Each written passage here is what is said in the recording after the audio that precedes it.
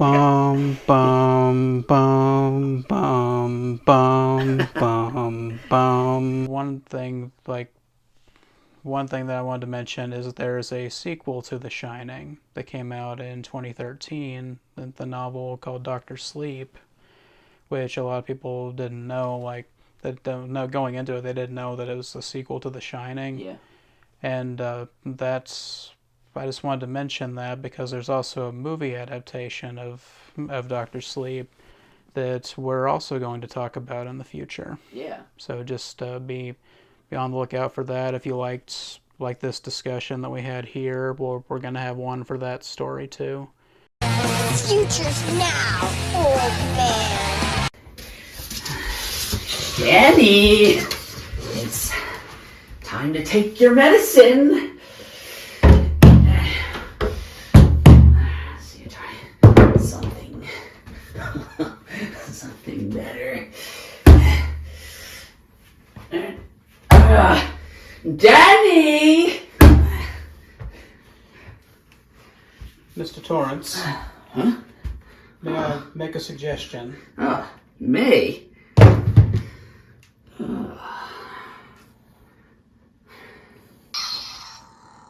I have your medicine.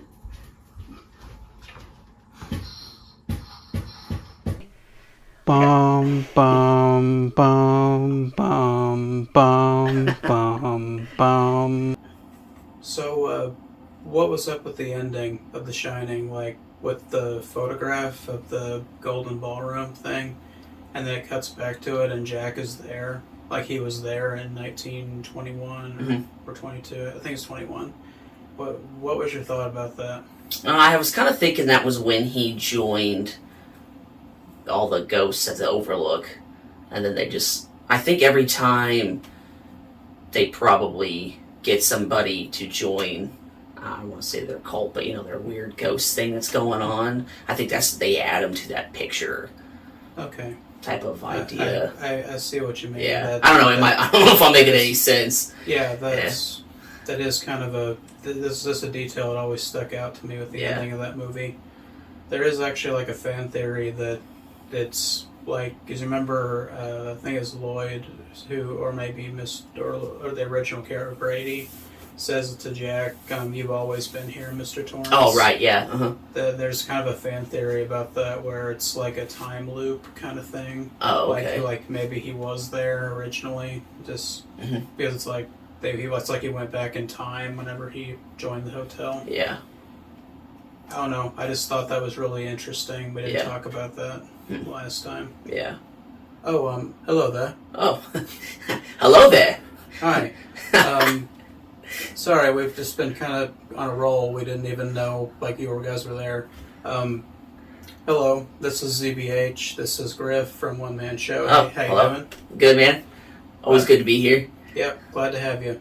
We just did a review of the Shining book, movie, and miniseries on Grif's channel, which I'll link in the bottom in the description. But here we're doing a crossover event, so we did The Shining on his channel, and we're doing its sequel, Doctor Sleep, on mine, because I have a really passionate love for this story, and I wanted to do it. And before we get started, what was your relationship with Doctor Sleep? Like whenever you first saw it and that kind of thing. I had no idea that there was like a sequel to the Shining. I didn't even know that was a thing until you told me about it. Because when I saw the commercial to that film, I had no idea that they had any relation. I don't know as much about Stephen King as much as you do. Yeah. So when you showed that to me, I just thought that was really cool because there was a lot of things I always wondered what happened after that film. Yeah. So to have all those answers was really cool. Yeah. And when I was doing research about the backstory of Stephen King writing it, he had actually had the idea for doing a spinoff of The Shining for a long time about Danny being grown up, and I think I don't remember if it was in like the late 90s or early 2000s whenever he first kind of got the idea to do it.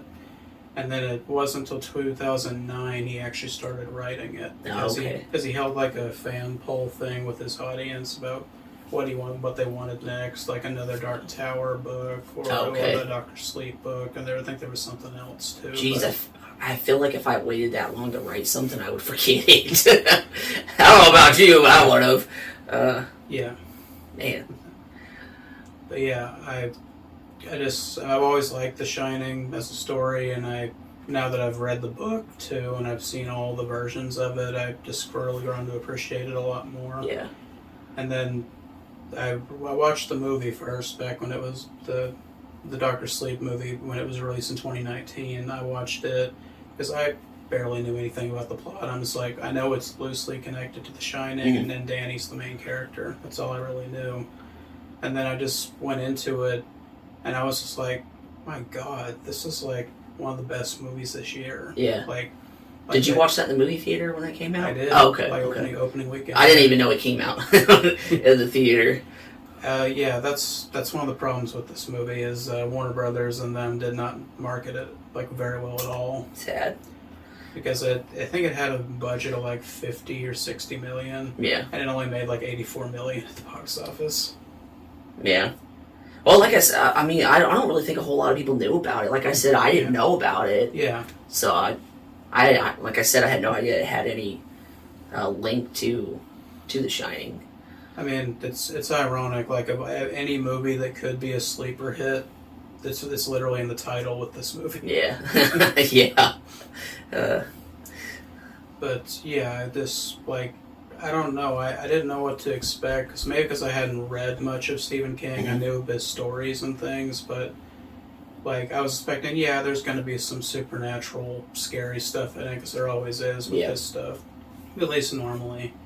And then, but I was just like, it's really like a character study about Dan. Yeah. As he's grown up from all of his trauma when he was a kid, and I'm just like, I just feel for this guy so much. Like you really understand his character, and you see like all the struggles he's gone through in his life, and trying to come out on top in the end.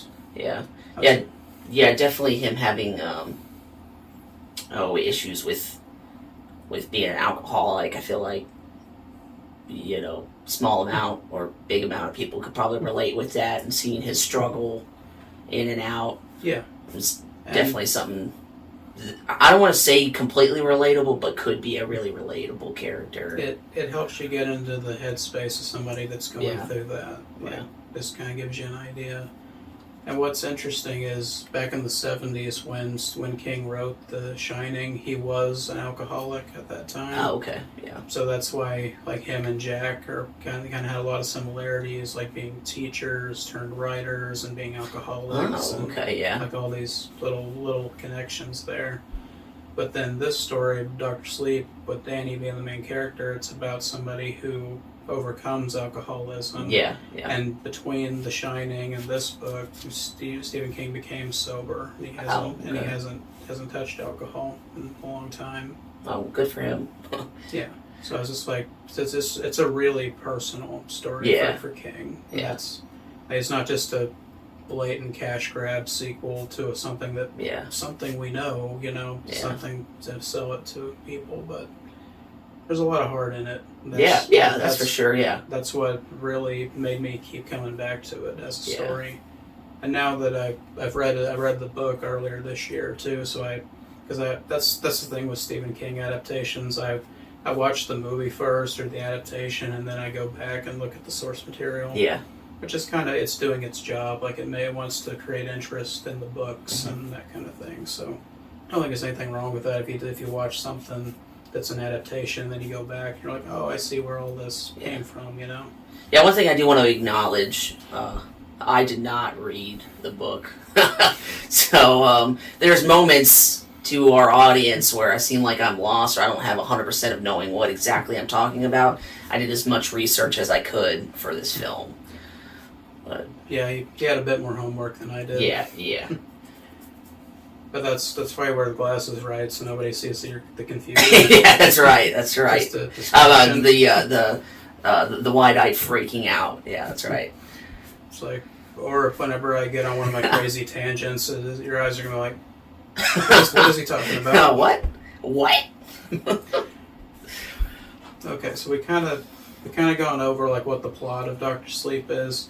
I just wanted to see like how we could describe it the best, like because in our review of The Shining, we tried to explain The Shining's plot, and that is really hard to do. We never noticed that until we went into that episode trying to explain it. A lot going on in that one. Yeah. So they're back in 2019, I think it was. I think it was right after it was released. Red Letter Media did a review of it. Jay and Mike did a review of it, and Jay explained like how the story was described to him originally, and this is kind of what he says. And I'll probably put the clip in the video to see exactly. He said something about little Danny Torrance grows up to become a psychic vampire hunter. Yeah. First heard about the book, I think someone described it to me as like, oh, the little kid from The Shining, he grows up and fights vampires, which sounds like the worst, weirdest thing ever, and that's kind of what it is, but it mostly works. Yeah. And he's like, that's not wrong necessarily, it's just, that's like, I guess you're trying to sell the story to somebody. Yeah. Oh, you're selling it, yeah. Yeah, but like, there's a lot more to it than that. Yeah. A lot more complex, like, character stuff. And, I mean, the way he described it, I'm like, yeah, I would watch that movie. Yeah, that's a cool idea. But then, just when you actually watch the movie, you're like, that is really reductive. Right. Like, there's more storyline. There's more going on. Okay, all right. Neat. Yeah. So, Griff, go ahead. I think you had kind of an idea, like you had a plot explanation. Can you just tell me yours so I can kind of bounce off of each other? Okay. All right. Do you want me just to read this whole thing that I've got here that's got written down? I mean, or? I've gotten like a paragraph, so. Okay. This is not something you can explain in a sentence. Okay, alright, well, I'll try to explain it the best I can. So, a tribe of people called the True Knot,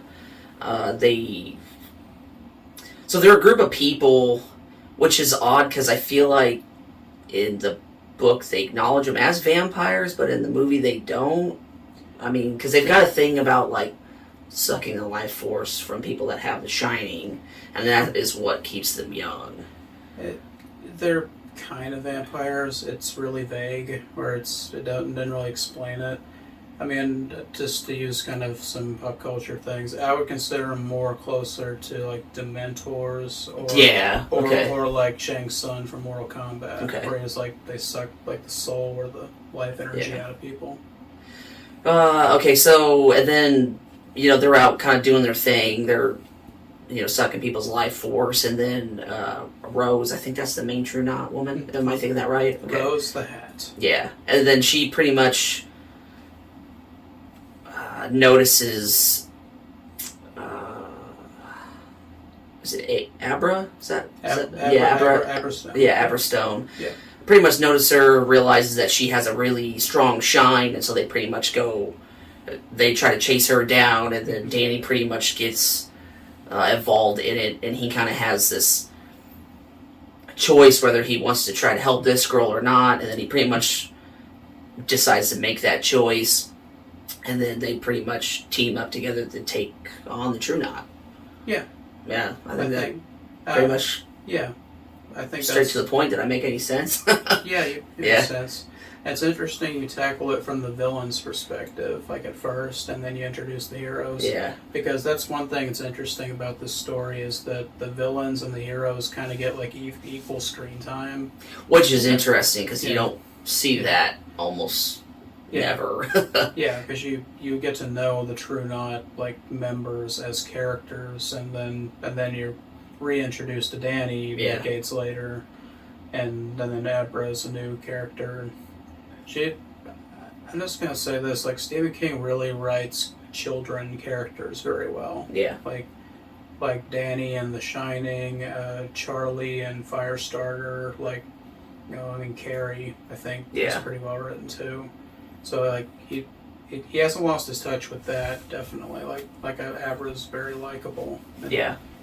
And she's kind of, precocious and cute, like a little girl would be that's her age, but she's not annoying. No, they kind of, or sorry, I want to say Stephen King. I feel like he really leaned her to be more intelligent than really, like, I know she's still a child, but like her intelligence level for that character is extremely high. Because, well, I don't want to go too much into the plot yet, but yeah. I mean, it's... how she outthinks other people. Yeah, and it makes sense because of Danny and her, like, they both have the Shining, which is just essentially telepathy, so that they can read people really well, like, better than any kid actually could. Yeah. So I think that helps them mature, like, mentally a lot quicker than kids normally do. Yeah. So that's... I really like her as a character. But just to briefly go over mine, I kind of went the opposite approach. Like I was mostly from Danny's perspective, but I was just trying to think what would be the best plot summary for like on the back of the book. Like what would this be? Yeah. Okay, so here we go. Decades after Wendy and Danny Torrance survived the horrors of the Overlook Hotel, an adult Dan is haunted by his past trauma and guilt. Now a full-blown alcoholic and an occasional drug user, Dan has hit his lowest point. He now must decide if he can turn his life around and maybe do some good in the world after all. Meanwhile, a teenage girl named Abra Stone discovers she has a powerful case of the Shining. And after Abra's power awakening catches the attention of the villainous True Knot cult, Dan is pulled into a cross-country game of cat and mouse to protect Abra and face his own demons. Yeah. Like that one made a lot more sense than mine did. Mine was just kind of shot randomly out. I mean, yeah, audience, tell us like what pitch sounds the best to you. Like, was it the one that Jay was told, or ours, or like just tell like what hooked you immediately, like about the story, if it did, like assuming it did. But yeah, you see that this, like The Shining, is a complex story. Like there's a lot of things to talk about with it. So we wanted to try to cover as much of it as we can, but we're inevitably going to miss something. But yeah. It's hard to get absolutely every single fact. Yeah, I mean, if you want the full story of it, obviously read the book. Just like I say, we read The Shining if you want to get the full story on The Shining. But the movie's pretty good too, and like I said, The Shining movie's pretty good too. So I mean, you're going to get some of it from the movies, but you're never going to get the full story unless you read the actual book. Yeah, and I think The Shining book's like 1,000 pages. Is that right? Actually, it's not. It's not very long, actually. Really? I actually did a page count, like looking at the pages on both of these books. If you read The Shining and Doctor Sleep together, that's like the length of it. So they're only like half as long as like his really long stuff. Yeah.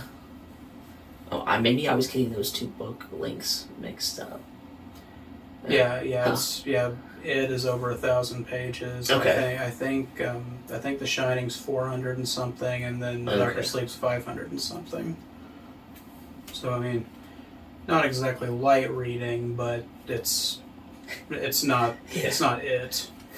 You call this light reading? Yeah. So I'm trying to kind of go with some of the way Grif does his show too, just so we make sure I cover everything, like characters and everything.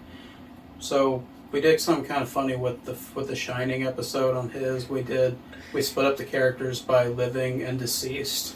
Yeah. Because it's the story about ghosts. Yeah. So this one I've got two different groups of people to talk about. I've got Team Shine is the heroes. And then Team Knot are the villains. Okay. So I just thought, that'd be a fun way for us to split it up and do things. So do we want to, I guess we can just go by characters and like, I'll mention some things about the book and some things about the movie, like what they changed, what they kept the same, and that kind of thing. So we kind of went over it a little bit, but what's your overall opinion of Dan Torrance as a character, like as adult Dan Torrance? Well, for one thing, seeing the actor, how do you say his? I know his last name's McGregor, but how do you say his first name? I always say it wrong. Ewan. Ewan? Okay. It's really spelled. It's really strange. Yeah, I always thought it was Irwin. I don't know why. He's a Scottish man, so he's Okay. got kind of an odd name. Well, seeing him play as seeing him play somebody different besides Obi-Wan, but seeing him play somebody different, I just find really interesting. Always seeing him on screen, almost no matter the movie, always puts a smile on my face because I'm a big fan of his. Okay, before we go any further, just so I don't forget it, we decided to make a little game out of this review. So we each have a little coin purse here, and this is the jar. This is the Star Wars joke jar.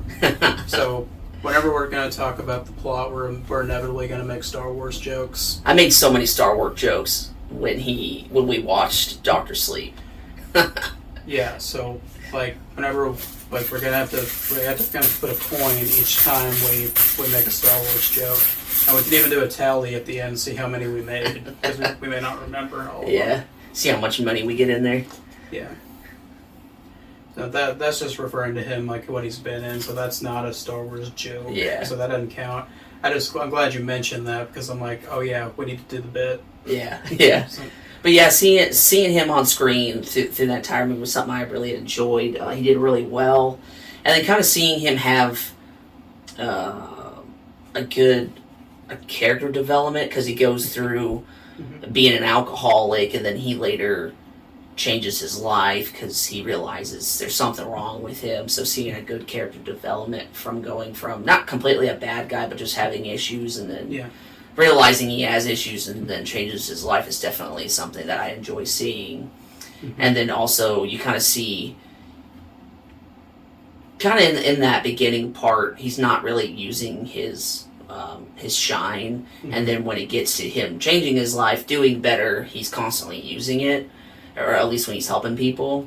And that was something that I liked by that character progression that they had. Yeah, and it's an interesting thing that this book and the story ties in with The Shining, is that like people who have The Shining but they don't want to use it, like they don't really want to get rid of it, a lot of them turn to drinking to dull their senses, or they don't hear the constant like psychic echo or seeing psychic visions and that kind of thing, which is kind of interesting. In the 2005 Constantine movie, there's a character, the bald guy who's the priest that works with Constantine. He's psychic too, like he can hear dead people and that kind of thing, and he actually is a heavy drinker because of that, like so he can drown out the voices. Yeah, I like that relation there. Yeah. Psychic powers and that kind of thing is really interesting to me. Always has been, just seeing like how it's used in different like fictional universes and that kind of thing. The Shine's definitely probably one of the coolest versions of that. The telepathy and the foresight and all that. Like that's all really cool storytelling stuff you can do with it. Yeah, and there's a lot of moments when he'd be trying to help the people pass, so he's thinking about the whole use the force again. Oh, that's one for me. Yeah, every time he'd just be like walking or doing something, I just wanted to be like, hello there. Yeah, that's one of the things I really liked about it. Something I never had even thought about, like a use for psychic abilities. Like I get, like in the beginning of the story, he helps John Dalton find his watch because he lost it. Yeah. And he just like touches John, he like remembers where he laid it, and he tells him like where to look for it. And that kind of thing. I was like, that'd be useful, like a useful ability. But then he goes into work at a hospice where all these older people were dying, and he uses the shine to mentally connect with them, like to put them at ease, and like if they were scared of dying or something. Yeah, and because they didn't really understand what was happening. Like they just like could feel that he's comforting them. Yeah. And that's where he gets the nickname Dr. Sleep, Oh yeah, I guess I should have mentioned that. Is from like everybody who like hears the name Dr. Sleep, they're like, the hell is that about? Like, that's such a weird name. And like, especially when you hear like this Shining spinoff, you're like, what the heck is that? What does that mean? Like, that didn't make any sense. And then, but in the story, I'm like, yeah, I get it. Yeah. Because I think when he was a kid, he liked to watch cartoons. He watched a lot of Bugs Bunny. So his mom called him Doc. And watched Looney Tunes when I was a kid. And that was actually in the books too. Like, that wasn't just a product placement thing. Oh, really? Awesome. Because it's a Warner Brothers movie. Right. So like, I was like, wow, they just really lucked out there. Just let them use the footage from Bugs Bunny and all that. But it's really like, there's just some really emotional scenes between Dan and the patients where he helps them find rest. Yeah. Like, it's not like he goes in and like puts them to sleep, like before their time. He only does it like whenever it is their time, and he's just there to help them.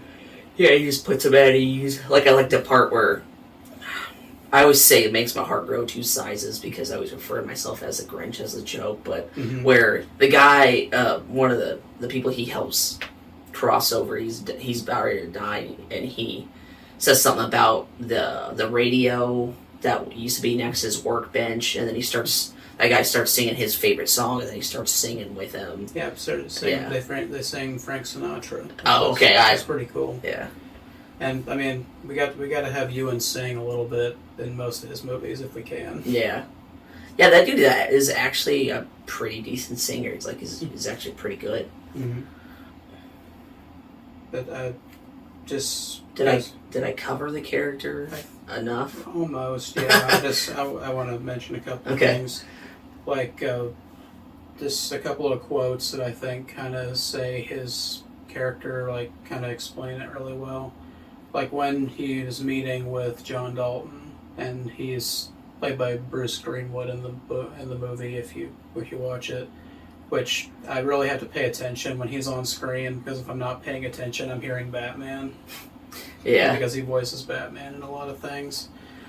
But when he's talking to John Dalton, then John's like just kind of interviewing him. What's like, do you believe in anything, Dan?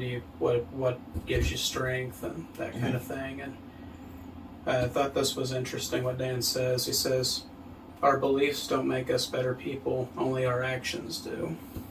Yeah.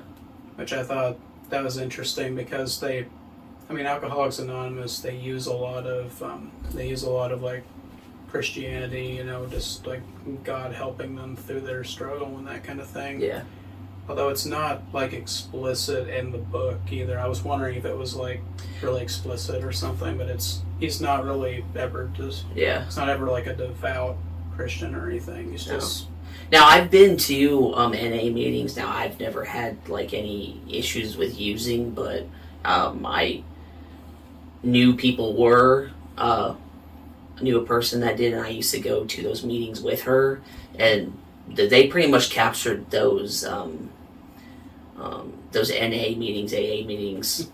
Yeah. They pretty much captured those pretty perfectly. Like has anybody been sober for 24 hours, day, week, whatever? And for those people like that, and even for our main character to get that coin, that's a really big thing to those people, because it's really something that they look forward to. Mm-hmm.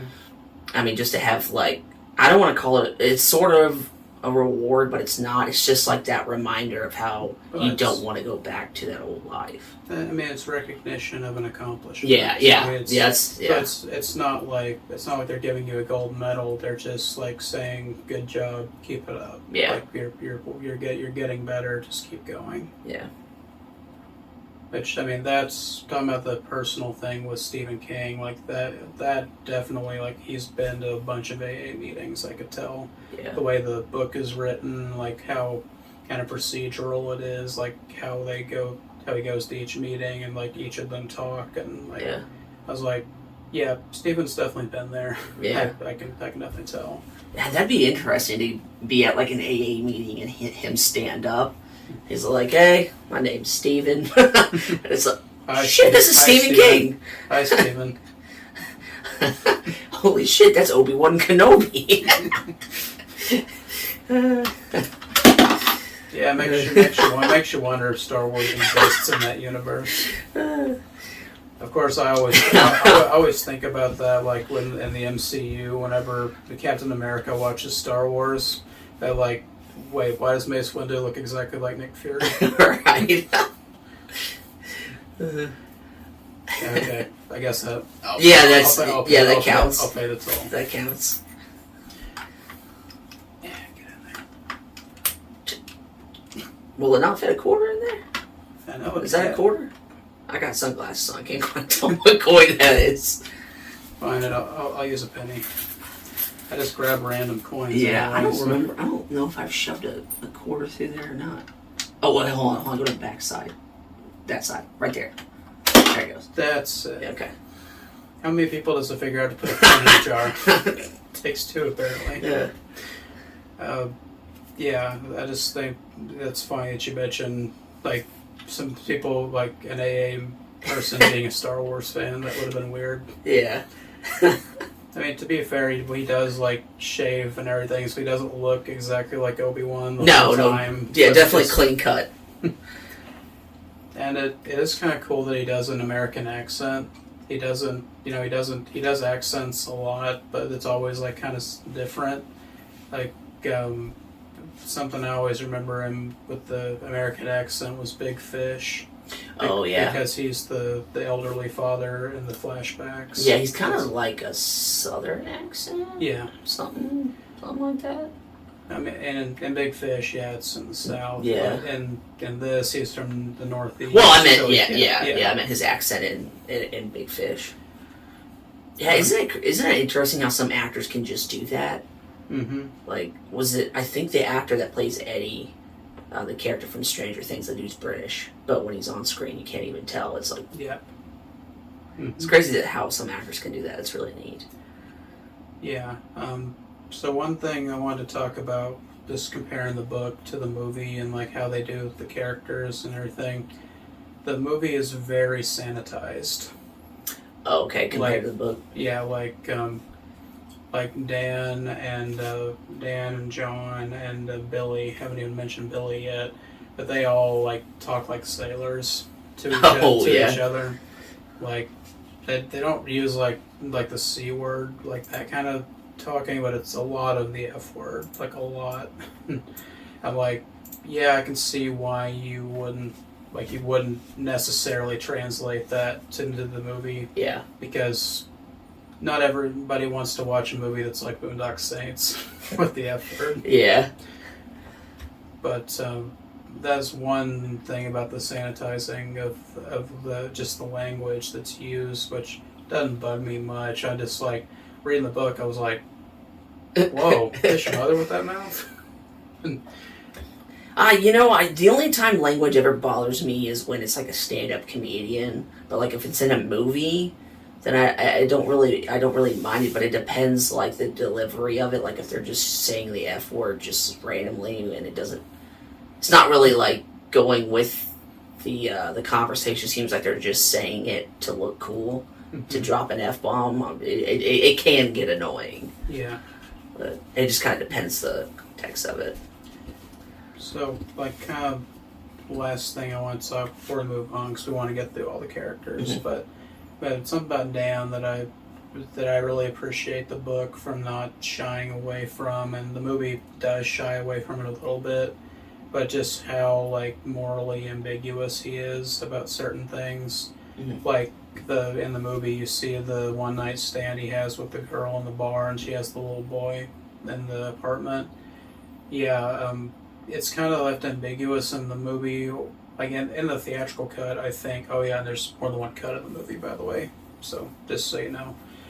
In the theatrical cut, he gets a vision of Dick's ghost, and tells him, like, you can at least put her money back. Mm-hmm. You know, because she did take his money and buy cocaine with it and all that. And he's like, well, she's just paying me back. And he's like, Doc, don't do that. Yeah. But in the theatrical cut, I think it does show him putting the money back. Mm-hmm. But in the director's cut, it doesn't. Like, it just leaves it ambiguous as to whether he actually put it back or not. Oh, okay.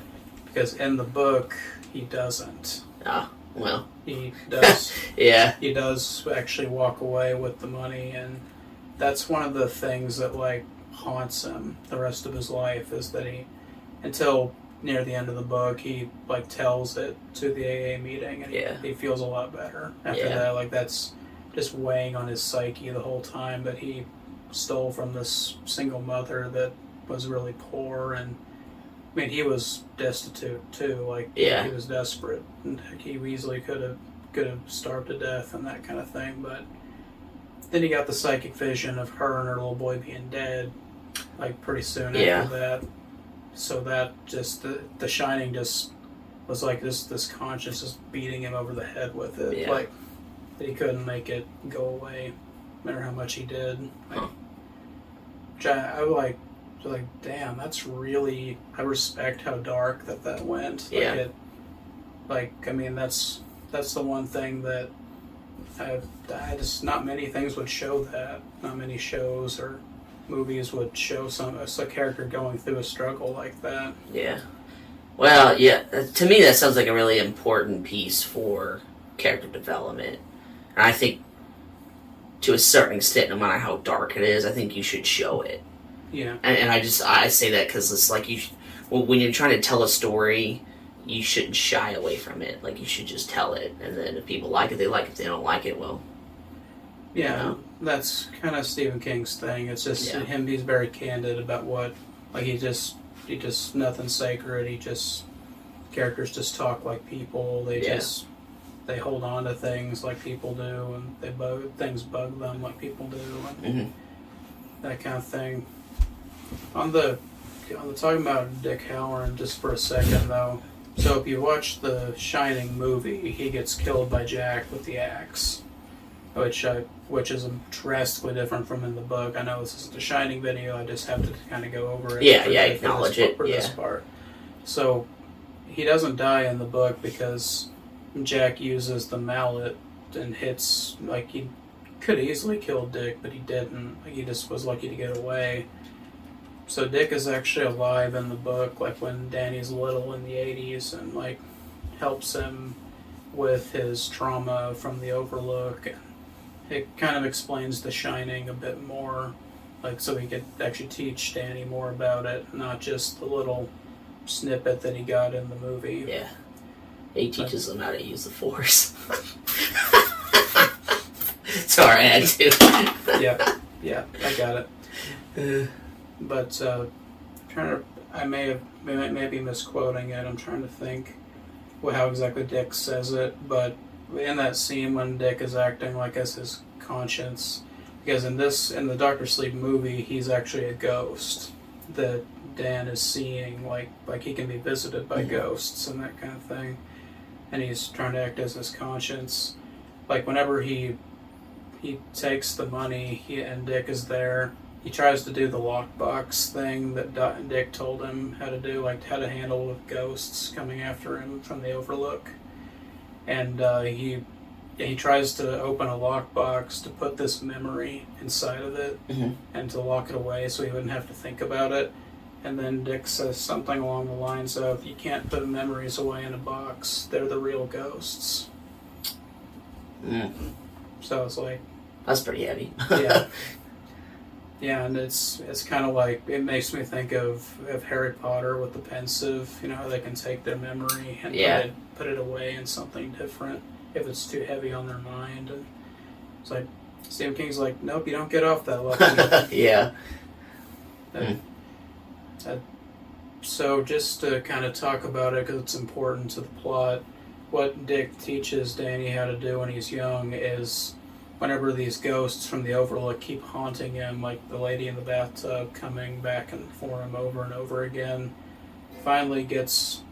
Dick tells him how to create a psychic lockbox, which is, it's entirely in his mind. So whenever the ghost tries to get him, he opens the lockbox and he seals the ghost away inside his own mind, which I was like, you know, me loving psychic powers, and so I was like, I love this stuff. Like, this is nuts. And, It's like, very I love simple it. and cool. You're just locking something evil in a box in your mind. Yeah. Yeah. And it's like, even though you're kind of dealing with it, like by putting it in the box, you're also kind of not dealing with it because it's still in the back of your head. Yeah. So it's just kind of the idea, even though you can move past that trauma in your childhood, it's still always going to be there, like in the back of your mind. Yeah. So I was like, there's a lot of interesting like metaphors he does with things in the story about memories, trauma, and just all the like. Yeah. So, you got any closing thoughts for Mr. Dan? No, I feel like we pretty much covered his character pretty well. Okay. I got something I want to bring up. So going back to The Shining, but we're still talking about Dan. So him as a kid in that show, he's got. So he uses the shine, but he was able to break that tail light in that scene. Mm-hmm. Now, in the Dr. Sleep book, does he have anything like that in that? Was that just like something that show pushed him being stronger? I think it was mostly a visual thing. Okay. Because look at, like in the Dr. Sleep movie, whenever Abra is like psychically spying on Rose in the grocery store. She kind of does that. Yeah. Yeah, she sees like Abra in the reflection, and she reaches back or tries to grab her. Like that's whenever Abra freaks out and yells, it breaks the glass in front of her. Yeah, I didn't even catch on to that. Okay, all right. So there is a thin line between telepathy and telekinesis with The Shining. It's never meant to be like telekinetic, but it's just like, I think it's just because the psychic powers are so strong. Sometimes it creates a shockwave when it's used. Like whenever I don't remember if it was. I think it may have been the same time. I think it was where she accidentally connected with Rose, and she freaked out and did the psychic shockwave thing. It actually created a tremor that like shook their entire neighborhood for a minute. So everybody was really confused. Like, they don't live anywhere near fault lines. There's no underground mining or anything that could explain it. It's just so. Yeah, I totally get what you mean. I think maybe that's kind of what maybe the movie was referencing that a little bit with the Shining TV show. But that's Shining. Like I said, I keep saying it's one of the most interesting fictional abilities I think that I've ever experienced in a story. So there's a lot to it, and I totally get why kind of being a bit confusing because they explain a lot, but they don't explain everything about it. But yeah, I think we pretty much covered that character pretty well. Yeah, and then we'll talk more about him when we get back to where the story goes and that kind of thing. So now we get to move on to Abra Stone, who is our. It's kind of weird. The story has like three main characters. Has Dan, has her, and has Rose. Has like three leads. But overall, we kind of went over about Abra. But what's your overall thoughts of her as a character? I like how she wasn't an annoying kid. She's intelligent. Really just liked how she was written, that she was written as an intelligent character and not. Sometimes when you have a kid in a story, it's hard to get invested in the kid because they're just really annoying if they're constantly crying or throwing fits. I mean, she was like I don't want to say she was a kid, but she was like a teen, kind of. I don't know, what do you think, 12, 13, something 12, like that? 12, 13, yeah. So, just the intelligence, for that character to have that much intelligence, but also just the actress, which I don't know that actress. Kylie Kirk. Okay. She did pretty good, but I definitely did like the character on the intelligence level, and I wasn't annoyed seeing some kids I see on screen when I hear them talk, and they're supposed to be like your main character. It just can just be really boring and just hear them constantly just whining about stuff. And I don't recall that character ever really whining about anything. No, I think like one of her character flaws is she's stubborn. Like, well, yeah, like that's just because she kind of she in the book, from what I remember, she kind of butts heads with Dan a little bit on like how to do things. Yeah. But it's just because she's a kid, she doesn't totally understand like everything. Even though she's really smart, she's really capable because of her abilities.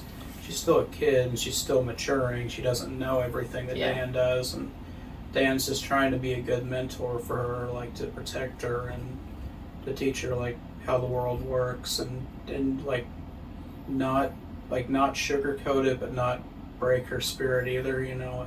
Like that's a really hard balance to do whenever you got a adult and a kid character that are really close and they're trying to have a close relationship. Yeah. But yeah, I just liked how she was an intelligent character. I thought she was well written. Mm-hmm. And I'm glad that they gave her a good amount of screen time.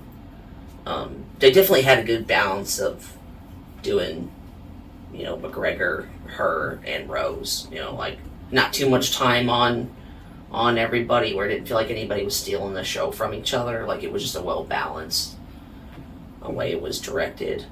Speaking of, okay, not to get too off subject here, but okay, so this was directed by Mike Flanagan, right? Yeah. Okay, and then so The Shining was directed by Kubrick. Stanley Kubrick. Yeah. Was that his first name? Okay. Yeah.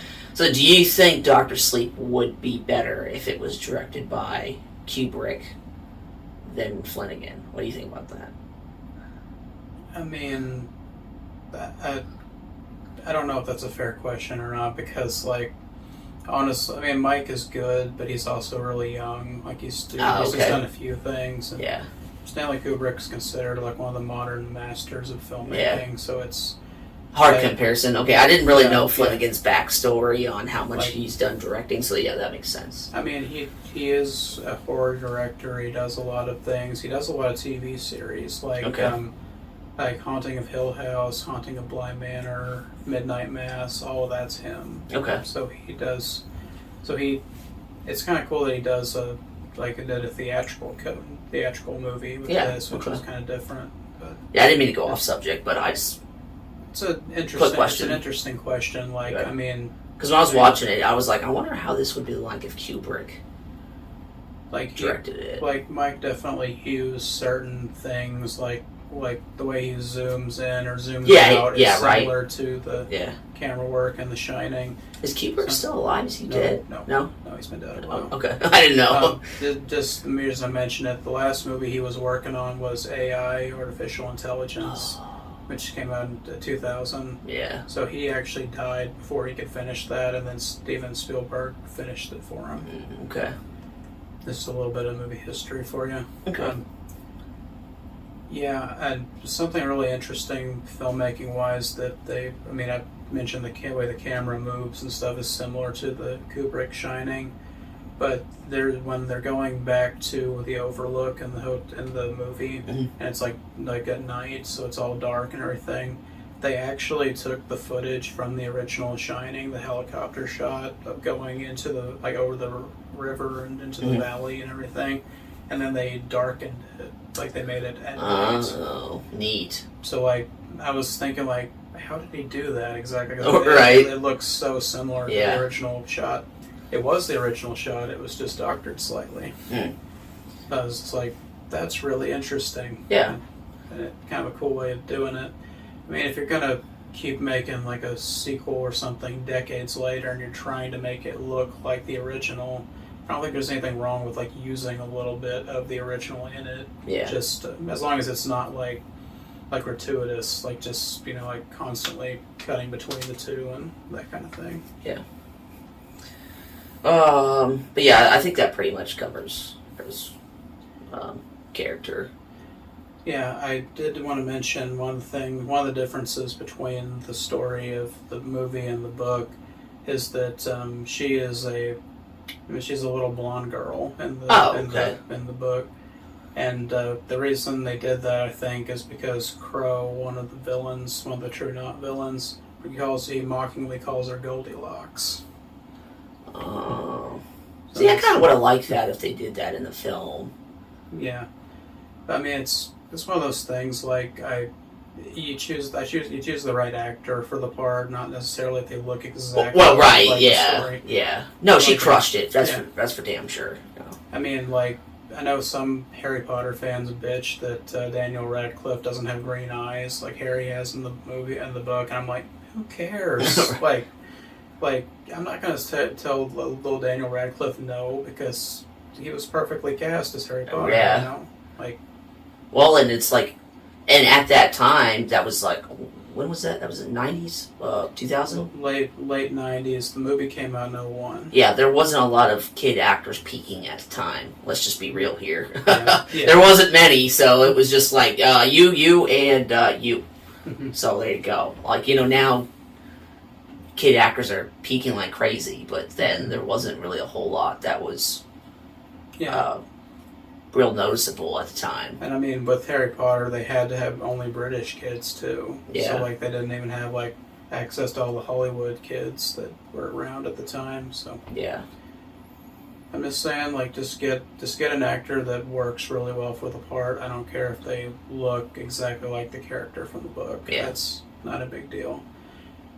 But yeah, really like Abra, really like Dan as protagonists, and I've just noticed, like, in the last 5 years or so, that there's a certain type of story that I really appreciate, and it's like where an adult character that's gone through something like kind of traumatic is basically having to raise a kid, Mm-hmm. like, and that's probably gone through something similar to them, like, and not to get too much into what I've read in college, but Silas Marner, I think, was when I first noticed it. That book is about a guy who was like a priest or like heavily religious, and then he had a massive falling out with the church, and he like basically abandoned his faith for a while, and then his life kind of turns around when there's this accident that happens, and this little girl is left orphaned, and he raises her into adulthood. Like like she kind of helps turn his life around. Yeah. Like it's, that's kind of a trope now in storytelling too, because you got The Last of Us, you got God of War, Yeah. you got Logan with X-23 of Laura in it. And there's so many, and The Witcher, even the Witcher series does that too, Yeah. with his daughter. So it's a neat idea. I like that they're kind of embracing that you get two really different perspectives from characters in a story. So this is definitely no different than that. Yeah. This is one of the pieces that fell into place. I'm like, I really like this kind of story. Yeah. And I didn't really notice it until I think this was like the last one that fell into place. It's like, it's a trope, but I like it. Yeah. So we mentioned him a little bit earlier, but Billy Freeman is kind of Dan's best friend in the book, and he's also like really different between the two versions. Yeah. Which I really like that they cast Cliff Curtis for the movie, because he is a really underrated actor. Mm-hmm. I was like, not exactly what I'd expect for Billy, but he works really well. Mm-hmm. But the way Billy is described in the book is he's a lot older than Dan. Like, I think he's older than him and John both. Okay, yeah. And he has like a gray hair and a beard, and he's kind of a bigger guy. I'm just kind of imagining like foul-mouthed sailor Santa Claus. Yeah. That's kind of how I like Santa Claus with a baseball cap and a jacket on and that kind of thing that uses the F word a lot. But one of the main differences between the two versions is what happens to Billy in the story, because I still don't know how I feel about it in the movie, but he gets killed by one of the True Knot characters, and that definitely didn't happen in the book. Like it's actually the exact opposite thing happens. Like, he actually basically kills that character. Well, and in the book, I didn't really feel like he got a lot of he didn't get enough screen time for me to be completely invested in his character. So when he died, I was just like, oh, that sucks, and then I kind of like shrugged it off. Now, if I had read the book and would have known, that he didn't die, and he probably, I don't want to say he had more screen time, but he had more mentioning in the book. He has more focus. Right, more focus in the book, then it probably would have bothered me. Yeah. So knowing that, yeah. Yeah. It does suck that, like, I'm something that I'm not exactly okay with it either, but I would have felt a lot differently if it was like another character that died. Yeah, and this is a question I want to pose to you and to the audience too. Whenever you watch a movie or read a book or anything, like, do stakes really matter to you? Like if characters die, do you in your brain, do you think, does it have more stakes that way, or does it affect the way you look at it? It depends the way they die. Like, if it's in a really heroic way, then I could understand the reason for the death of this character or of a character. Mm-hmm. It would just really have to depend, like, the story. And there are some circumstances where I just like, okay, like, if this character were to sacrifice himself to protect everybody else, I'm okay with that. But it just really depends, like, what it is. Like, mm-hmm. and the circumstance, because there's some circumstances where I'm just like, well, like, he should. So, which this is another thing that kind of gets off subject. So, in I Am Legend, there's two endings. Uh-huh. So he sacrifices himself when he realizes he has, the blood, and it's the cure for the disease. Right. So he sacrifices himself, and then it makes sense why he is I Am Legend. Makes him the hero, makes him the legend, mm-hmm. makes sense. And then you have the other ending where he finds out that, the same outcome, except that he lives. And to me, it doesn't make sense to the movie and him not being the hero if he doesn't really sacrifice himself. So, like, circumstances like that kind of make it odd to me, where I would rather, depending on the situation, whether a character should live or die. Yeah. In that type of situation. Yeah, and by the way, there's going to be, like, massive spoilers for every version of Dr. Sleep, just so you know, like what characters die and what characters don't. And also, because we're doing a lot of comparison between the book and the movie, or it's going to be hard not to talk about who lives and who dies. Yeah. Because there's a big part that we know we're both going to have to acknowledge about somebody dying. The ending. Yeah. Uh-huh. Yeah. Yeah, so, like Billy's one example of this, but, like, in the movie, 3 characters get axed off, and like, none of them do in the book. Okay. Which that was interesting, because Billy dies in the movie. Abra's dad, David, dies in the movie. He doesn't die in the book. Okay. Yeah, he was one of those characters I didn't really give a hoot about, so I was just like, they didn't give enough screen time to him. Yeah. And then we gotta talk about the ending, Dan. Oh, okay. I was thinking that was going to be like one of the last things we talked about, so I didn't want to bring it up. We're just mentioning it briefly here. Okay. We'll talk about it later. But okay. yeah, Dan in the movie dies sacrificing himself to protect Abra, and then in the book he doesn't do that. Yeah. The fact that happened 3 times in this movie just made me question, like, did they think that the story didn't have enough stakes? Like, that they wanted there to be a body count? Like, that kind of thing? Yeah. I kind of felt like there was. Mm-hmm. But I don't know what, your audience thinks about that. Yeah. I feel like there was more than enough. Yeah. This is something that, now that I have all the versions of the story in my head, I can't help but think about that. Just, like, I don't think that a story necessarily has to, like, kill off characters to be compelling or to have stakes. Yeah. Like, I mean, just characters, like, having near-death experiences in the story, I think, is enough. Like, right, yeah. Like, for instance, in the Kubrick Shining, like, Dick dying, he doesn't die in the story, and he still has a massive role afterwards. Like, yeah. And the fact that Wendy almost gets killed in the Shining story in the book, and she survives, that's, it's a big part of the story, going forward. So, that trauma she lived through or survived. I mean, I'm not saying wear kitty gloves when you make a story, but I'm just saying you don't have to be George R. Martin about it. Just just kill half the cast for no reason. And you die, and you die, and you die.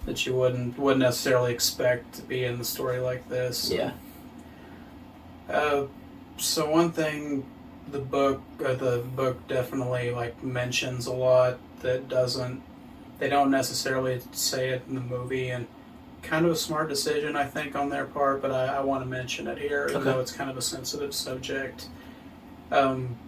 Yeah, so Abra was born in the book in 2001 in the summer, and that's kind of cool that shit ties into Dan's storyline, because that's like her when she's born, and like over her life, that's when he enters sobriety, which is kind of a neat little thing. Like you didn't have to do that, but that's kind of a cool connection. But she was born in the summer of 2001, and one night, a few months later, she's a baby. She's just screaming and crying, and like the parents don't know what's going on. They're trying to figure out what's going on. It's like the first time she shined was when she was a baby. She was shining at a baby? Hey, okay. Yeah, and then I haven't got to her yet. She's on the list, but I'll talk about her in a little bit. Kacheta, her grandmother on her mother's side, had the shining also. Okay. And she kind of, like, she had a psychic tremor that night, or like around the same time that Abra did. Basically, Abra predicted 9/11. Oh, okay. Yeah. Yeah, like, and that's kind of a plot point in the book, like, the fact that that's why she was crying, because she's a baby, she can't explain, like, what she's seeing and everything.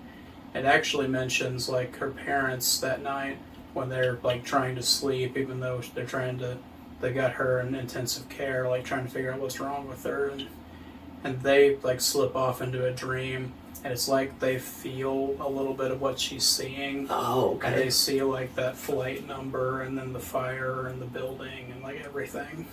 I was just like, whoa, that's a lot more intense than I was expecting it to be, and I see why they cut that out of the movie. Yeah. Well, yeah. I feel like that not being in the movie, is one of those, like, relevant things, but, like, in the book, I see the relevant. Yeah. Yeah, it's, so, like, that definitely set a tone for the book. Like, I was like, oh, okay, so we're just gonna let it go, like, just talk about anything. Yeah. But, I mean, it's not just that, though. Like, there's references to it. Like, the True Knot, something that they don't explain in the movie, but they explain in the book, is they actually feed off of, like death and pain, too. So, they, like, after that attack happened, they literally stroll up to Ground Zero and, like, feed off of the death and fear. Jeez. That's okay, so that's kind of why it was shied away in the movie. Yeah, that probably would have made people angry. I mean, on that circumstance, might have brought up some trauma for some people. Yeah, that's probably a good idea. That wasn't. Yeah. Good thinking on Flanagan. Yeah. I'm just like, but it works because it makes you hate these people like so much that they, like, it's just constantly hammering in how evil they are. Yeah. Like, well, and it's hard to get invested in a villain if they're not very villainy. If that makes any sense. Like, this guy's your villain, and that's about all you get. And it's like, well, I need a little bit more than that. Yeah. Yeah, but I mean, that kind of ties into this theme in the movie, or in the book, which I really do appreciate it, despite the sensitive matter that it's talking about, is that it's, like, I think it's Crow maybe who says it, or maybe it's Jimmy, it's one of the True Knot, says that we live in the age of terror, where it's like, and it kind of makes an interesting point about American politics of the 2000s and the 2010s, where we were so focused on all the problems outside of our borders, we didn't notice what was happening in our own backyard. Yeah. Like, they didn't notice all the children disappearing, all the murders that were happening that went unsolved. Like there's so many dark things happening here that we're not focused on that we should be. Yeah. When we're off trying to solve everybody else's problems. I was just like, man, really didn't expect that out of this book, but like that kind of spoke to me too. Like just of all the things that happen here that we just accept, you know, we just let it happen.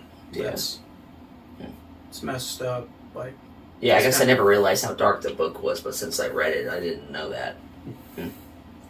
Yeah, just like I don't know, like I never really thought of Stephen King as a very political person, but he's very political. but I just like that was a really nice like way of doing it. I think like I think at least it's a political thing I kind of agree with. Yeah, like that's at least something we can agree on. I don't know if I would agree with anything else. But I was just like, not something I expected. Kind of a neat little thing, little author's flair into it. Yeah. Without being preachy. Yeah. Like that's kind of what I like. I don't know how political he is in his books because I've only read like maybe one or two of them, if that. But like outside of his writing, he's very, very political. Yeah, I mean it's creative people in Hollywood and everything. A lot of them are. Yeah. That's just kind of a thing. Yeah. They got a platform, so they're going to use it. Yeah. So, since I mentioned her about a minute ago, she's a character that is basically cut out of the movie, which I really don't like because of how she plays it in the book. But Conchetta Reynolds is her name. That's Abra's grandma, who is, I'm trying to think of what her mom's name is. I'm blanking right now. But, I think it's Lucy, maybe. I think it's David and Lucy, and then Abra, I think.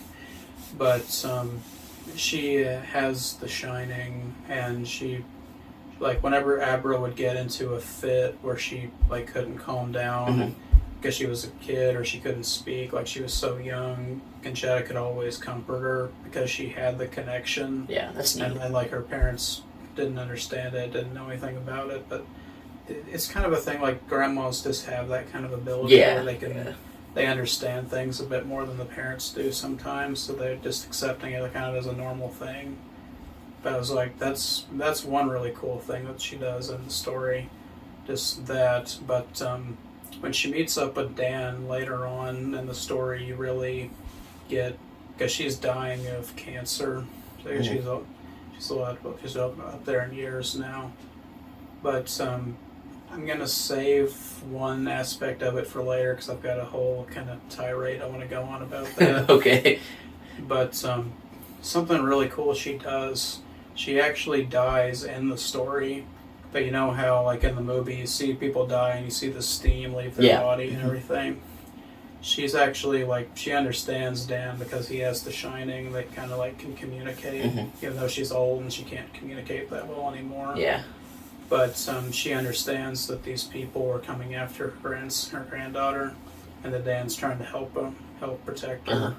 So she actually, when she dies, she releases the steam, and Dan actually like absorbs it into his body. And it's really cool, like what they do, like in the climax of the story. Yeah. There's actually a lot of the True Knots still alive in the end fight of the movie.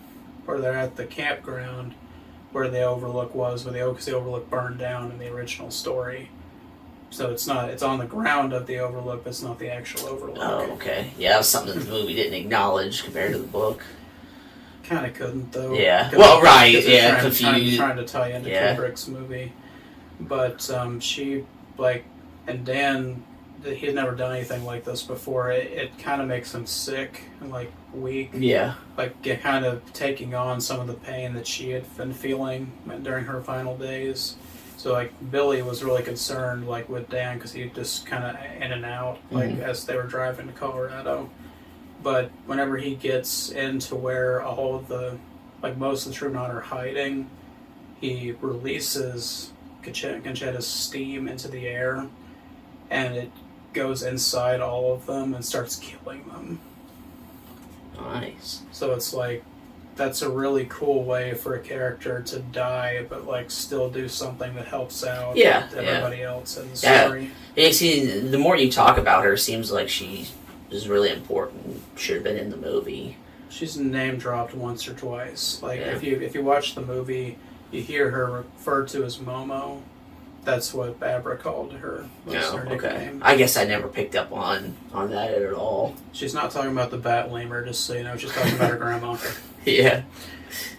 But yeah, that when I read that part of the book, I was like, that's really disappointing that wasn't in it, because that showed such a cool character, and her ability, like doing that, and then her working with her. It reminded me a lot of another Stephen King story, Green Mile, with John Coffey and the flies, the way he can absorb sickness out of people and then breathe it out as flies, and the way he uses it on the abusive jail guard, like the flies go into him and that kind of thing, like that. That just seemed very much in the same vein as that. Yeah. Which, I could talk 2 hours about Green Mile. But let's maybe save it for a different time. But I was just like, that's really cool, and that would have been a really cool visual thing to see. Because I like how they did Steam in the story, where the character dies and you see it drift off into the space, that kind of thing. But that leads into another thing that they omitted from the book, which I really want to know your opinion on because it's a really important plot point. So we need to talk about number 19, Baseball Boy. Oh, yeah. From the story, probably the most traumatic scene in the movie. Because we get to see little Jacob Tremblay, great actor, getting butchered by a bunch of people and eaten, which I was like, in the theater, I was like, oh my god, that's messed up. Because I'm like, it wasn't just any kid actor, it was a really good kid actor. Yeah.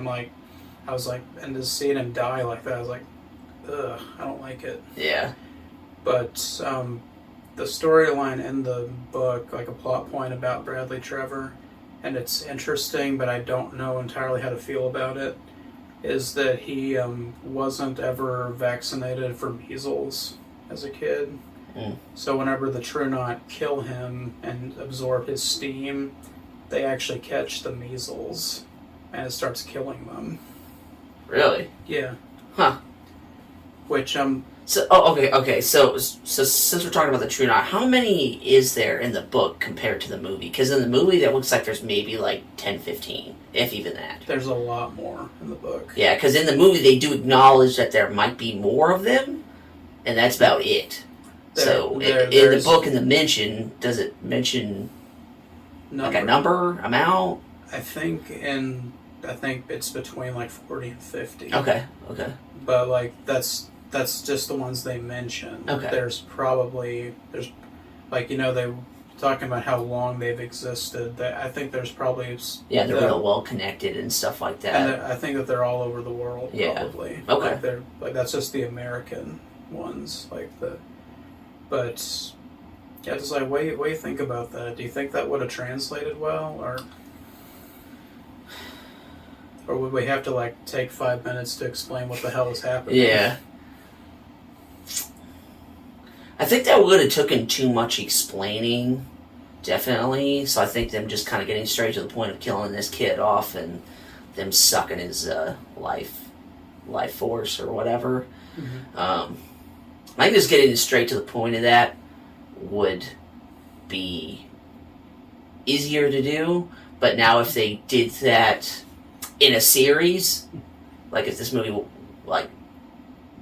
was a series instead of a movie, then they would have had time for it. Yeah. But in a movie, they probably wouldn't have had, because this movie was already 2 hours and 30 minutes. I think it was the theatrical's 2 hours 30 minutes, and the director's is 3 hours. Yeah, so you're already hitting too much time for just a regular film. Yeah. So there's kind of a point where you got to pick what's important, what's not important, how much we're going to have to explain if we do that. So that was kind of one of those moments where I feel like if it really wasn't explained, it wouldn't have been a big deal.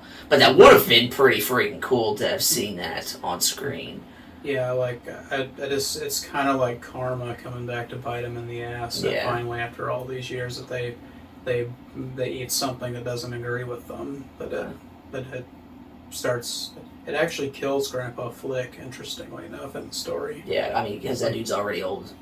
It's already really old. Yeah, like I was just like, if they did both that and the Conchetta thing, I think it would work. But if it did like one or the other, like it would be really confusing. Yeah, it would. Yeah. Like I like that application of Steam being that it can like negatively affect the people that are devouring it, and that kind of thing. But just kind of an interesting idea. I would not have thought about. Like, I mean, I wouldn't have thought about a lot of this stuff honestly, but just like that's a neat idea. I don't know if it would have worked in a movie or a TV show, either one. But I'm like, it's at least a neat idea for the book. Yeah. That could have been one of those things that could have just really only worked for the book without all that extra explaining if they had time. But you see, that is kind of it is an important plot point though, because it's their their motivation for hunting and devouring Abra wasn't just because of how powerful she is. It's because she was vaccinated against measles. So they're like, her steam could restore us like for that, and also keep us alive for a long time because of how powerful she is. Yeah. Huh. So I'm just like, that's kind of an interesting addition to the story the way it is, but it just, like I said, I don't know if it translates at all. Yeah, probably. Yeah, probably would need a lot of explaining too. But I was just like, and I was like, well, that definitely wasn't in the movie. Yeah, definitely not. Yeah. But yeah, this is one of those books that kind of explores every avenue of something that can be explored. They basically do. Let's see. I think I've covered my Team Shine. Have you? Do you want anything else you want to say about the heroes? No. Okay, so we'll go into the villains of the story, and there's quite a few of them, but I'm just kind of shaved it down as much as I could, just talk about the really important ones. But what do you got for the true not? I just want to hear what you got. Well, I already mentioned something about how I thought, they were type of like vampire-esque people. Kind of, they are, but they're not in the movie film compared to the book. I pretty much just didn't really write a whole bunch on the villains. I just kind of wrote them all in as a group instead of one. Yeah. It kind of fits their motif, honestly. Yeah. Because really, any, I guess, evil decision they decide to make, I don't want to say it's voted, but everybody's doing it at the same time, and not really just like one exactly. Besides Rose, other than that, pretty much everybody's doing the same shit at the same time. Yeah. So, let's. I want to mention this one thing, this one detail about them from the book that actually made me laugh, like reading it. Because whenever I watched the movie back in 2019, I was trying to explain to you like what the villains were like. And I was like, well, they're basically the Manson family, except they're vampires. Yeah. And then, literally in the book, that's how they describe them. Really? Yeah. I was just like, wait, what? Well, because like in the movie, I never got that idea from them that they were vampires until like I looked it up and he told me like how in the book there, I'm like, okay, like that's a neat idea, but they just don't really. I just in the movie I just saw them as people that just suck people's life force. Like I didn't really consider them a vampire. If I consider somebody a vampire, like I know they're somewhat sucking the life force from somebody, I guess, but they're still sucking somebody's blood. So that's why it's hard for me to consider them to like a same. I just considered them, and I don't know what I would like how you consider them as like Dementors from Harry Potter. To me, that description fits them way better than a vampire. But that's just my opinion. it's interesting. Like whenever you become part of the True Knot, you basically give up your soul. Like it's like the group kind of feeds on your soul, and you become one of them, but you retain your personality. But it's like kind of like a dark, twisted version, like a more twisted version of the person you once were. Yeah. Which I thought was interesting because they all have memories of like who they were before they were in the True Knot. And one thing I thought that was sort of odd is so when Snakebite Andy, when she gets turned and in the film she's already starting to like feed on people. I mean, would she need to feed that fast, being that young already, or would she have to because she just died and then she's part of the True Knot? That was one of those things that was like, well, she's young, she doesn't need to be doing that yet. Because everybody else, you got the idea that they're pretty old. Yeah. But her, I was just like, well, she just turned like yesterday.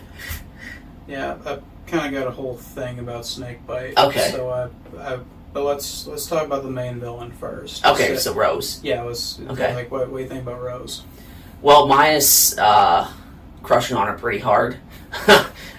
She just what's that actress's name? Rebecca Ferguson. Okay, I have never really seen her in anything before, so she definitely crushed it as this character. I think she did really well. And I can't really see any comparison between her and the book since I haven't read the book. But I really enjoyed seeing her character on screen.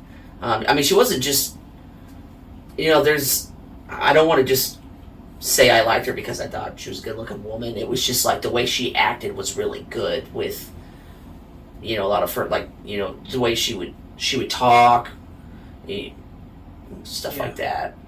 Yeah, like, I mean, the looks are definitely part of it, and it is in the book, too. She's described as a very beautiful woman. Oh, okay. Like that's one of the things I never really thought about it, I guess, because I wasn't super familiar with Rebecca Ferguson when I watched her in this movie the first time. But she's actually putting on an Irish accent for the character. Mm-hmm. Like, she doesn't actually have that in real life. Okay. But Rose O'Hara is who she was originally before she was turned, and she was a woman in Ireland, like a couple 100 years ago, I think. But I think Stephen King does this a lot, where there's like kind of allusions to like common myths or names and things. But she's the Irish Rose. Like okay. That's kind of what it's like. That's a play on the Irish Rose idea. And I don't know if it's in the theatrical cut because I haven't seen it in a little bit, but in the director's cut, when she's first introduced and the little girl Violet is walking through the woods, she hears singing. She's actually singing the Irish Rose song. Oh, okay. So I was like, oh, that's a neat little detail that I didn't notice before because I hadn't read the book. But yeah, with Rose we got intelligence, high amount of intelligence, cold-hearted. Yeah. So cold-hearted intelligence, so pretty. Yeah, that's about all I can think of off the top of my head. But yeah, I enjoyed seeing her character on screen the entire time. She did a very good job.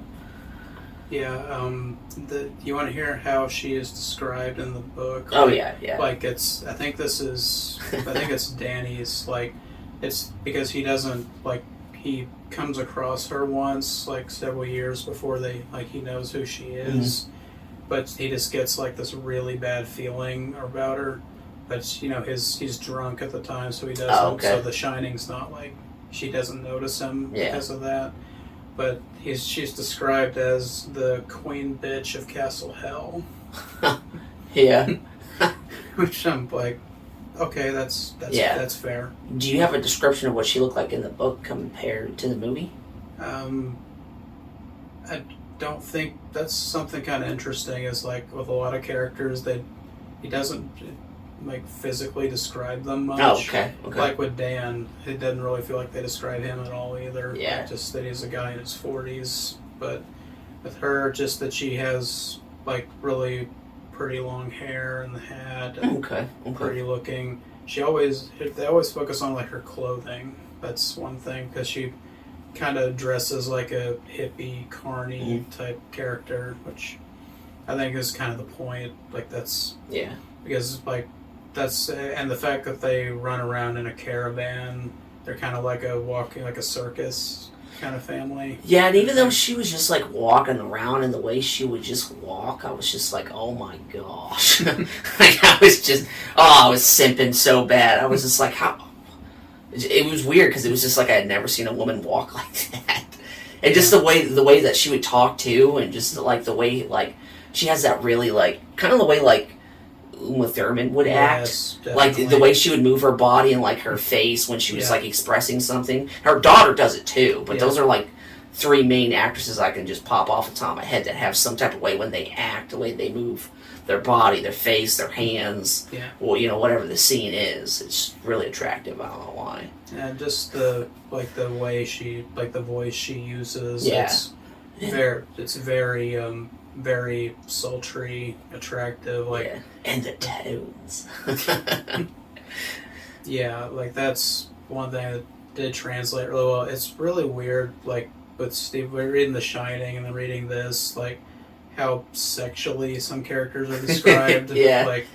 Like her, like it always mentions like she never wore a bra or like anything, and there's like like some of the scenes with her, I'm like, Steven, were you just really thirsty when you wrote this part? Yeah. Well, I was like in like the parts where she like, I guess it's like her second or first time meeting Danny, like when they're in the Overlook Hotel and she's like walking up and she's like, "Oh, who are you, handsome?" She calls him handsome like 2 or 3 times, like in a row. Yeah.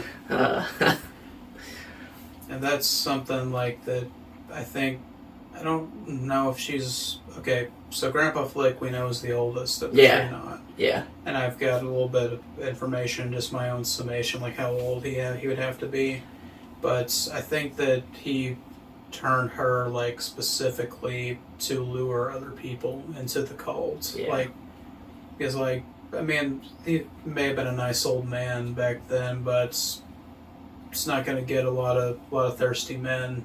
You know, like, like you got to cover all the demographics that you want to have members in, like that. I thought that was smart. Like if he did that strategically, he chose somebody, and I think the way she refers to herself, like I think in Ireland she was like really well known as like a sexy, pretty lady. Yeah. So I think that's probably like how he heard of her, and then he's like, I've got to have her for this. Like I could use her. She could really bring a lot to the table and that kind of thing. Oh, yeah, she could bring a lot to the table. One thing that I just want to mention, that it's not just Rose, it's like all the True Knot members. Whenever they're using like their powers and everything, the way that Mike Flanagan illustrates their eyes, where it's almost like they're black, and then they've got like it's like an inversion of the pupil, where the pupil is glowing bright white instead of the opposite of what we normally have as people. But I was like, and just some of the scenes of like her staring at Abra when she's walking down the road, and she's not even saying anything, just glaring at her with the bright eyes, like fury look on her face. I was like, that's just some really good acting right there without even saying anything. Oh, right, Just like very, very menacing in a very kind of unconventional way. Yeah. Because when you think of like immortal like killers and they want to intimidate people, they're normally like super strong, you know, they like grab people up by their necks and choke them out and that kind of thing. But she can do it in just in a look. Yeah. That was cool to me that you could do that. You know, in our Shining episode, we talked a lot about like the symbolism of the wasps and that kind of thing in that story. There's a lot of symbolism with snakes in this story that I noticed that I thought was interesting. So I promised to tell you a detail about Rose that's in the book that's not in the movie at all, that I really don't know how you would do it exactly. So she has this thing that is completely unique to her. I think it's because she's like the head like hunter, like the head predator of the group, where she actually kind of transforms a bit whenever she gets really pissed off, and like when she's chasing, like trying to kill Abra and Dan, and toward the end of the story, you see it a lot more. but the way it's described, it's like, do you remember in the new It movie when Pennywise opens his mouth? It's like super wide, weird looking like that. It's kind of like that. It's like her jaw like opens up and unhinges. Okay.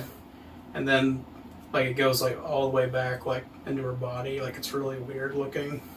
And at the back of her throat, she has this like spike tusk looking thing that comes out that you don't like. It's one of those things. It's just really weird. It's not explained. Like don't know what exactly it is. But I was trying to think of like what symbolically that would mean because it's such a weird visual. I'm like, surely he was thinking of something, you know, with it. That's when I got the idea of the snake symbolism. Because do you know what an egg-eating snake looks like? Yeah. Just to give you a visual. But, hold on, I'll flip it this way.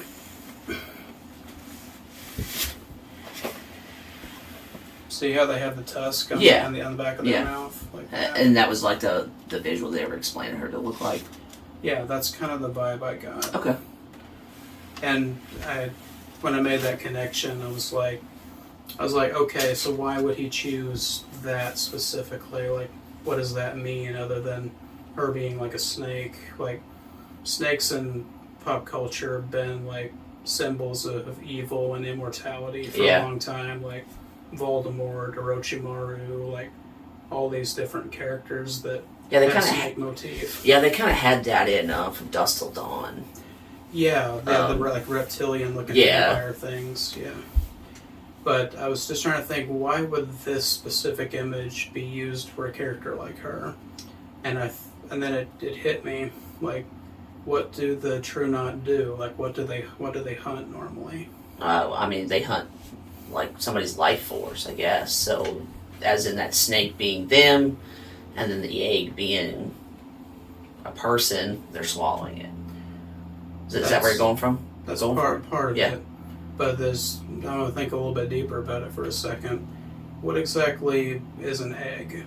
Like, think about what an egg is in nature. I mean, it's kind of like not quite a developed life, but it sorta is. And you see that most of their victims are children. Yeah. So, to me, I read it as a predator that goes after prey that can't defend itself. Yeah, I know. So it's like they swallow it and they pierce it with the tusk on the back of their neck, and that they drain all the life out of it, and then they spit the egg back out. That's how they eat. Yeah, I can see where you're going with it. Yeah, I mean, it's just such a weird idea that I'm like, that stuck in my brain. I was like trying to figure out what the hell was Stephen King doing with that kind of visual. Huh. I was just like, that's very neat. Yeah. And I don't know how the hell that would have looked in a movie or a TV show. It was one of those moments where your CGI or your special effects would be a little too reliant on that, so it would be hard to probably convey that 100% of what's going on. And who knows, it might come out pretty good, but I don't know. I mean, the Pennywise mouth thing was pretty frightening. Yeah. Like that, to me, that worked. So, I mean, it might work. I'm just like, don't do that to Rebecca Ferguson. Right. She looks so nice. Like, don't make her look that fucking weird. Yeah. But yeah, it's just that didn't escape me until I like figured out that connection. I was like, that's too weird to not have been based on something that maybe he came across. But yeah, that kind of goes into the snake symbolism of the True Knot. Yeah. Where it's, I mean, you get the snake bite in a little bit, but like, you've seen the sign of the Ouroboros before, where it's the snake with the unending hunger that's eating itself. It's kind of like that, where they're constantly hunting to the point that like it's it's not really worth it at that point. It kind of goes into the idea of like wanting to be immortal. Yeah. Just even though the way you have to sustain immortality makes it not worth it. Yeah. Like that kind of thing. So, did you do a little bit of research on Snakebite, Andy? I'm just curious. I didn't. I honestly didn't really do much on the True Knot villains. Because I think when I wrote and did all this research, half of it was like before I watched the movie, and the other half was like after I watched the movie. Mm-hmm. So it's a little. But no, I didn't do much on her. Okay, or pretty much zero. Yeah, gotcha. So, she's a much bigger character in the book. Like, she is kind of she's like, I know Rose is the main villain, but she's kind of like the point of view character whenever it's the True Knot storyline. So was she older in the book compared to the movie? Yes. Okay. Yeah, it's interesting because, like, I don't know if Mike Flanagan did this intentionally, but in the scene, like, after she's turned on the beach and she wakes up, and you see, like, all the True Knot behind her in the RVs, and there's, like, an old radio playing and everything, has a very, like, vintage feel, like it's just, like, it feels like it's decades ago instead of, like, modern day. Which in the movie, it's modern day whenever she gets turned, and she's 15 whenever she gets turned. Yeah. In the book, she's turned in the 80s, and she's 32 years old. Oh, okay. So I was like, is that kind of an intentional reference that she was turned like decades ago, but she's still the youngest of the True Knot? But yeah, we already talked about some sensitive stuff about what goes on in this story, but I think Andy's backstory is probably one of the most sensitive things because she's a child abuse and rape survivor. Yeah. Like, it was her dad that did it to her. Oh, okay. Like it's kind of offhand in the movie, the way she says, like, fucking men. You know, like, she just... Yeah. Like, she gets really triggered, like, by men, like, and she wants to because of her father, yeah. Yeah, and I just, like, reading that, like, that made me want to cry, like, how sad her backstory was, and it just, like, and she actually, her father was her first victim that she did, shined on, or whatever. Well, she did the snake bite thing, too, because she did the stab, like, in the face, like, with the, like she does to her other victims later on, but she uses her mom's sewing needles to do it, and then she stabs both of his testicles out with it. Nice. So, like, that's kind of her motif with, like, that's where the darkness in her started, was because of that, and just kind of got a taste for blood, and then just kept going after guys who were targeting younger women and that kind of thing, which is kind of like a vigilante almost, which I think is an interesting idea, for there to be like a more morally ambiguous person with The Shining, where they're not portrayed as heroic and they're not outright villainous. They're just kind of doing what they think is right, even though it's really messed up what they're doing to people. And then she got she was known, like, in the newspapers, because her victims were always reported on, that she was called, like, the Rattlesnake was her nickname. And she, in the book, actually has a tattoo of a rattlesnake on her arm that has like venom dripping from its fangs. So that's that's just kind of what the name that stuck. And then Rose affectionately names her Snakebite Andy whenever they first meet, which is like, I'm glad they don't go there. I don't think they could really go there in the movie, but, like, you know, the seduction aspect of Rose, like, like, she straight up, like, seduces Andy, like because, and it makes sense, because she always has this aversion to men, right? So she'd be more attractive to the most beautiful woman in the world, because as she like actually calls Rose when she meets her. Yeah, it's probably a good idea that they kept that out since she was a younger woman in the movie compared to the book. Yeah, she's 15 in the movie. Just Yeah. just so you know, like that's. I'm like, yeah, don't go there. Yeah, don't go there. bad idea. Bad idea. But that, it's interesting that plays into like the theme of her story quite a bit. Like the tragic irony of it is she was a child that was preyed upon. That she tried to go against people like her father and take some kind of vengeance against them. Yeah. But then when she gets seduced by Rose and gets turned into one of the True Knot, she becomes a child predator. Yeah. Yeah, so her demeanor changes. Yeah. I was just like, that just really made her story a lot more sad. Like that. And her Got dad. convinced to come to the dark side.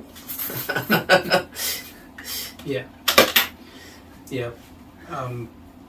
Just like that really made me care a lot about Andy as a character, and made it so much more tragic when she does die in the book. Like the way she dies is different. So she gets shot in the movie, which I think she gets shot like clipped in the book, and so she's injured.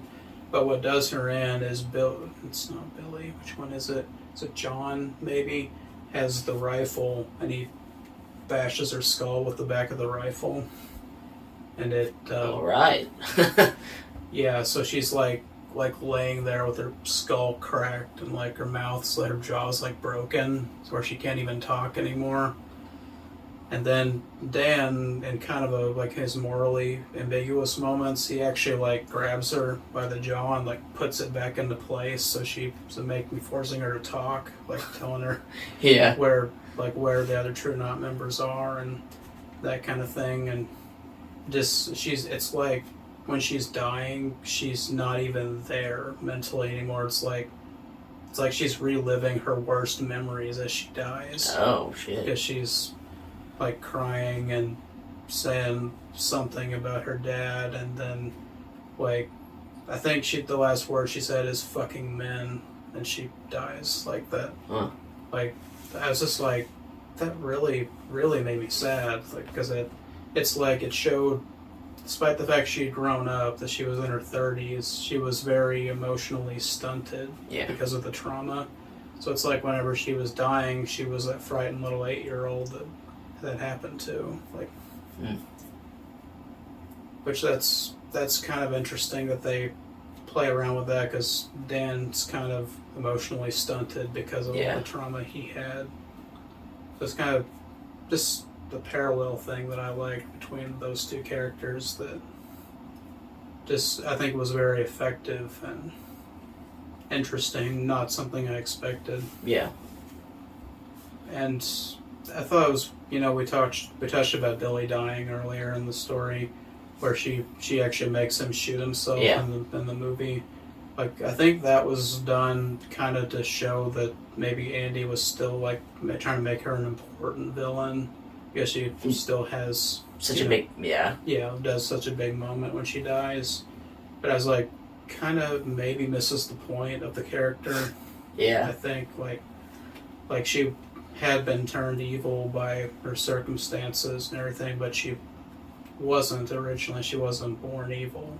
She was turned into that. Yeah. Like, I think that was kind of an important thing that the book did, that it humanized her in her final moments, even though she was still died a monster. But so you're just like, see the little glimmer of humanity that was left in you. Yeah. Which I always like when stories like Dracula and those kind of things, like that these people weren't always monsters. Like they were people once. Yeah.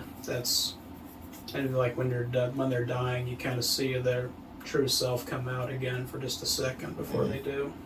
Yeah, I like that. I don't want to say it's like their light and dark side. Mm-hmm. You get that little bit before they die. It's like they get a moment of clarity, like that it's themselves again for just a second, and then they die. So this isn't, any kind of big observation about Andy as a character, but this is just about the actress that plays her, Emily Allen Lynn, I think is how you pronounce her name. But this one picture of her like really struck me when I saw it. I was like, who does she remind me of in the face? Mm-hmm. But tell me, I just want to see if you make the connection that I did. Like what she I think looks she like. kind of looks like Alicia Silverstone. Wow, that's radically different what I was thinking. I don't know. That's well. No, just with this image specifically, like that. That.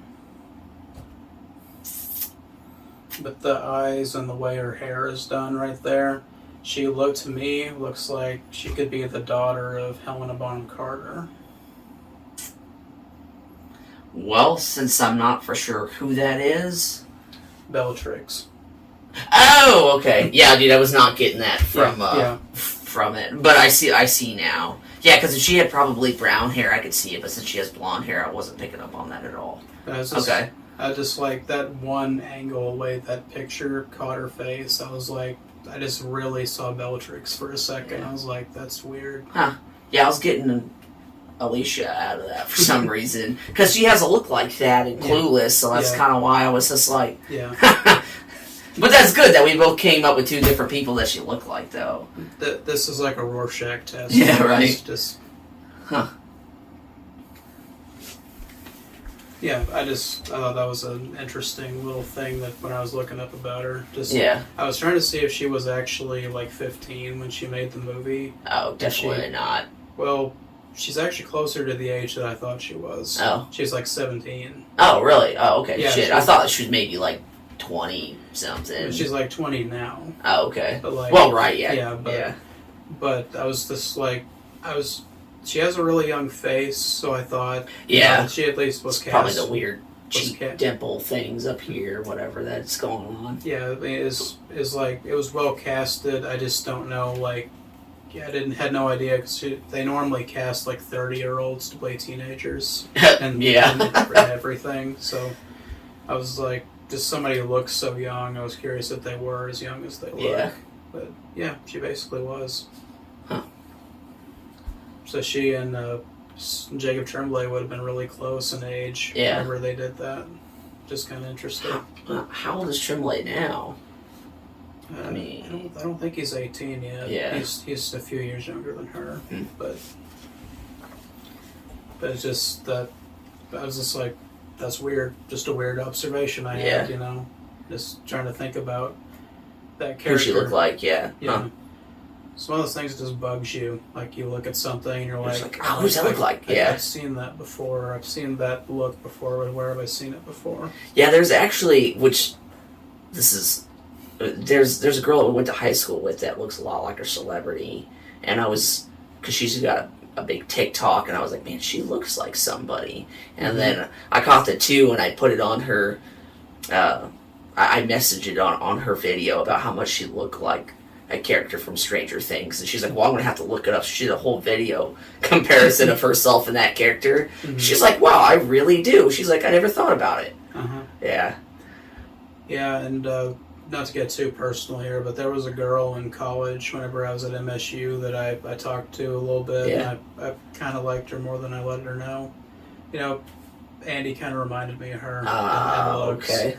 So I was like, Sarita, if you're watching, hope you're doing good. Don't know where you're at, but hope you're doing good.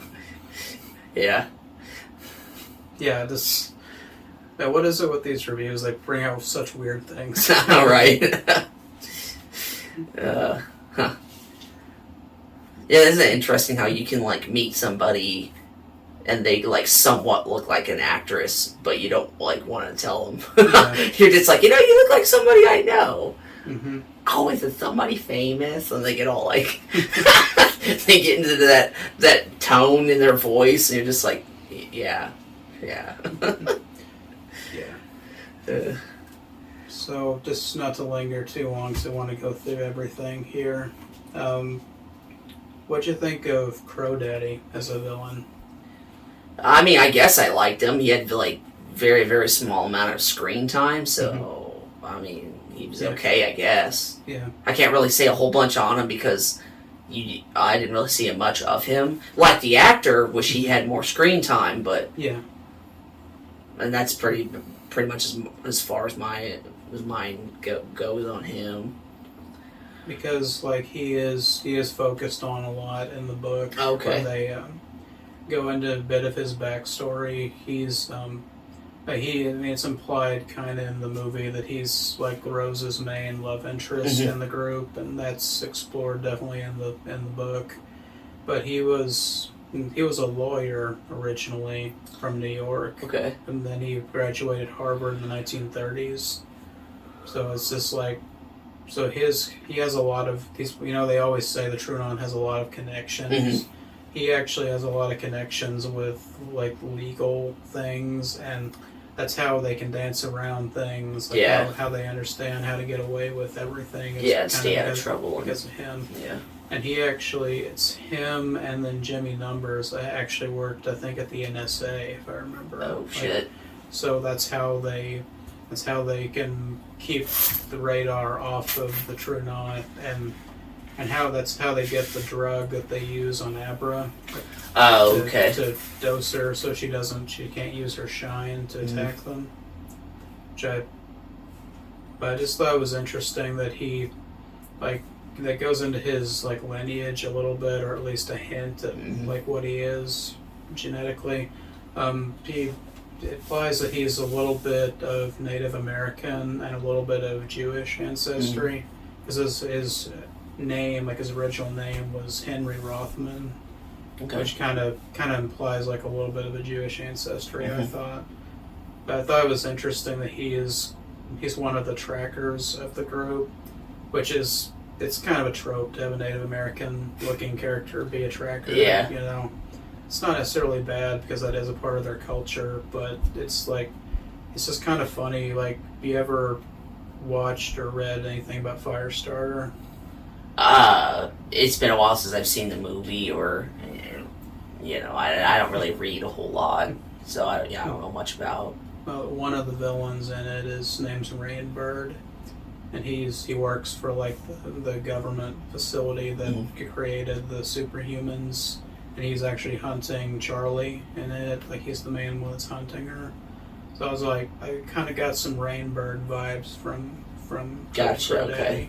But just something I want to mention that I think is really funny about, it's kind of like the pot calling the kettle black here, but there's a part when they first kind of figure out that Abra Stone is who they're looking for, like that's who the really strong shiner is, and I think it's Jimmy Numbers who says like, Abra, man, they'll name kids anything these days.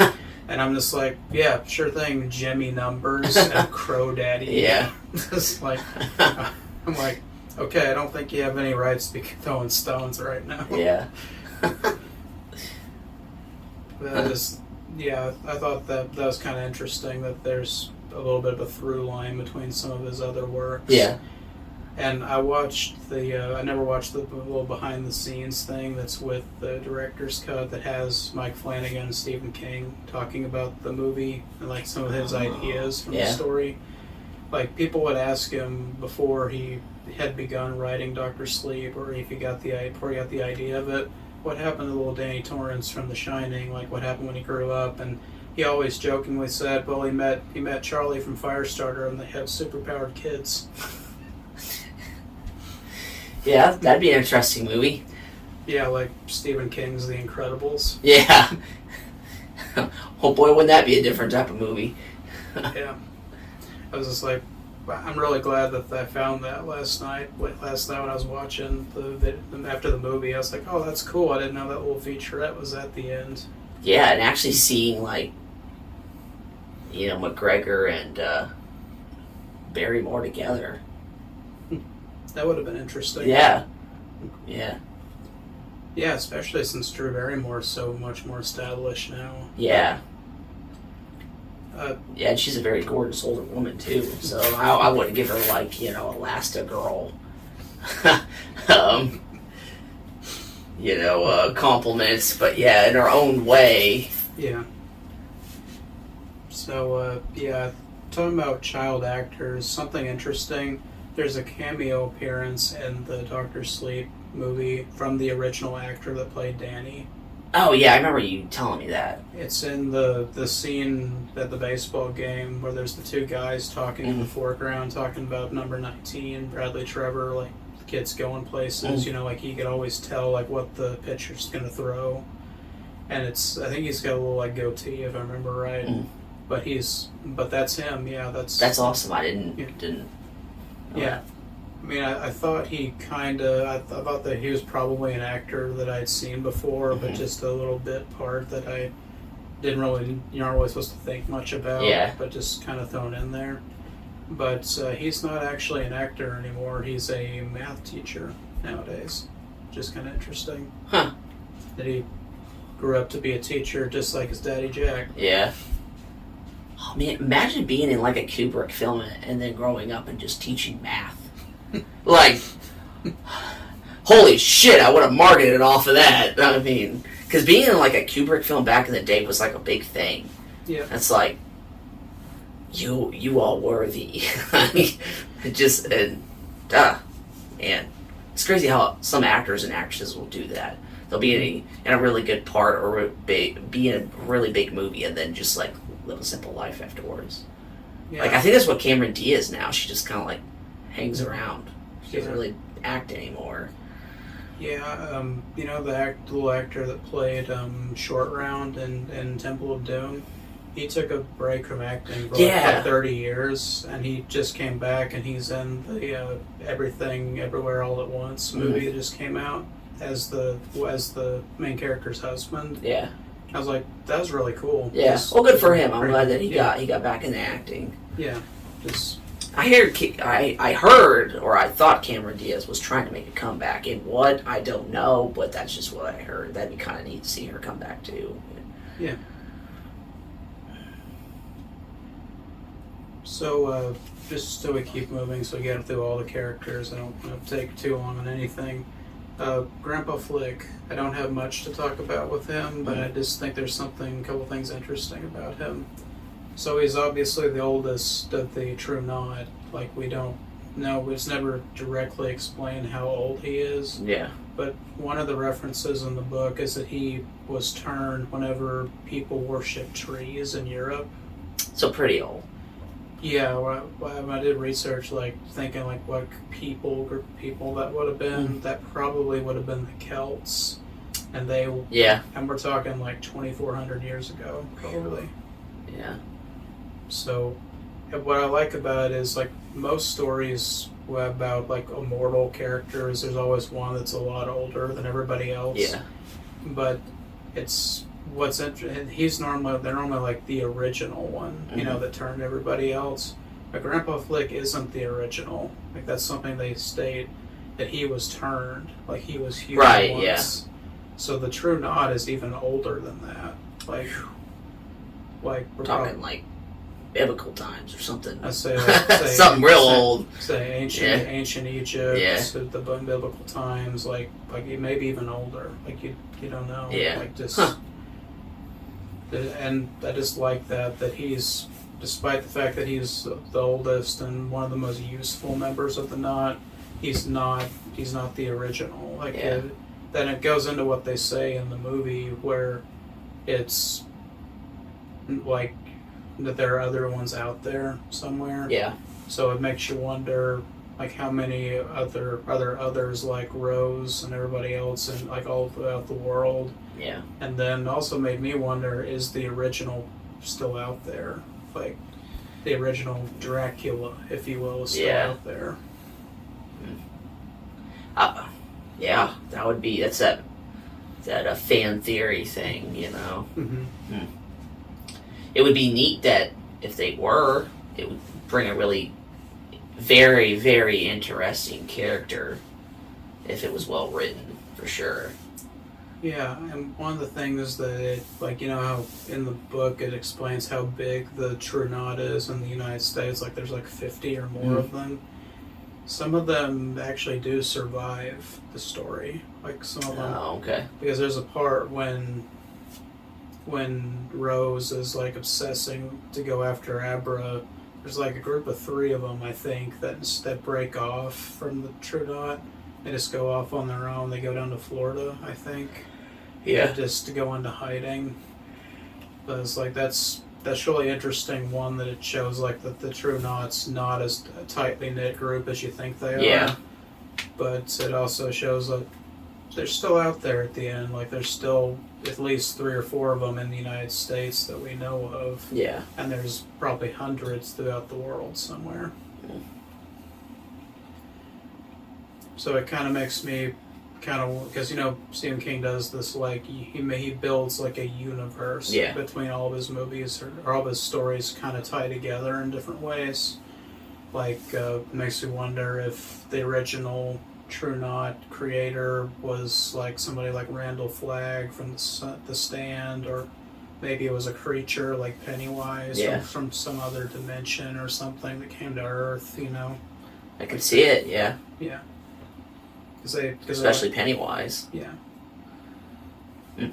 Yeah, and that's one of those things that maybe it shouldn't be explained. Maybe it should just be kept vague. Yeah.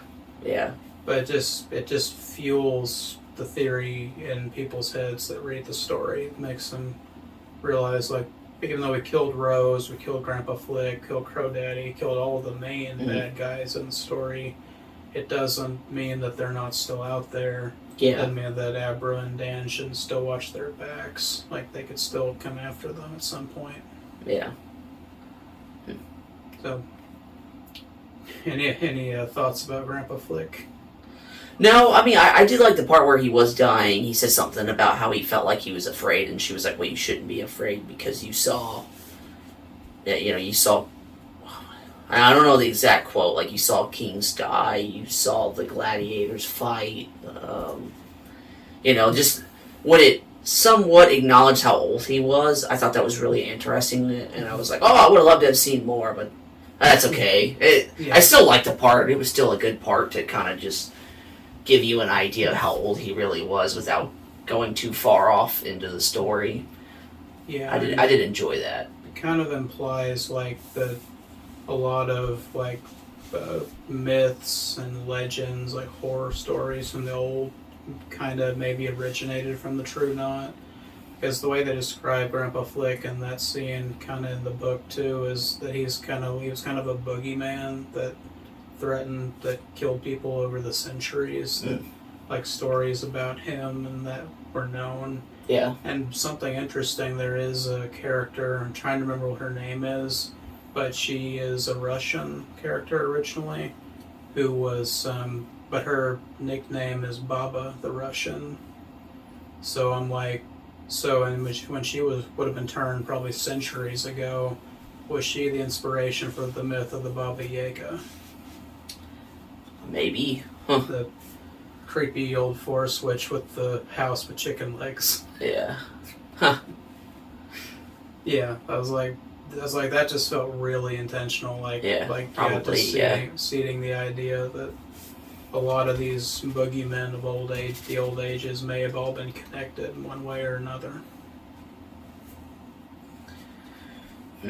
So I always appreciate stuff like that with storytelling, like implanting your fiction into the real world, making connections that you wouldn't necessarily expect with the real world. Yeah. I think it's cool. I think I've covered all the villains that I wanted to cover. Do you have any thoughts about the True Knot or anything? Or? No. So, do we want to move into just kind of book versus movie? If it's a loyal adaptation type of stuff. Yeah. So, what are your thoughts on that? I think there was aspects in the movie, because, like I said, I didn't read the book, but I just did what research I could. There was aspects where I felt like it was true, and then there was a lot of big parts that weren't. Mm-hmm. So, well, let me see. I kind of want to leave the whole death for Danny last. Okay. So, I don't really have an answer for this one. So, was there more of the True Knot backstory did they go into compared to the book, compared to the movie? I mean, was there more?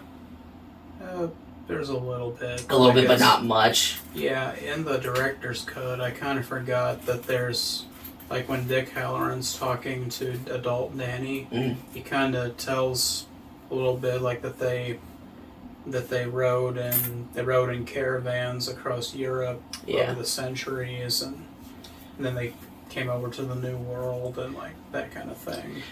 I mean, with if I probably have read the whole story, I'd probably say not entirely, but since I haven't read the book, I don't really know. But I would say it was kind of like half and half.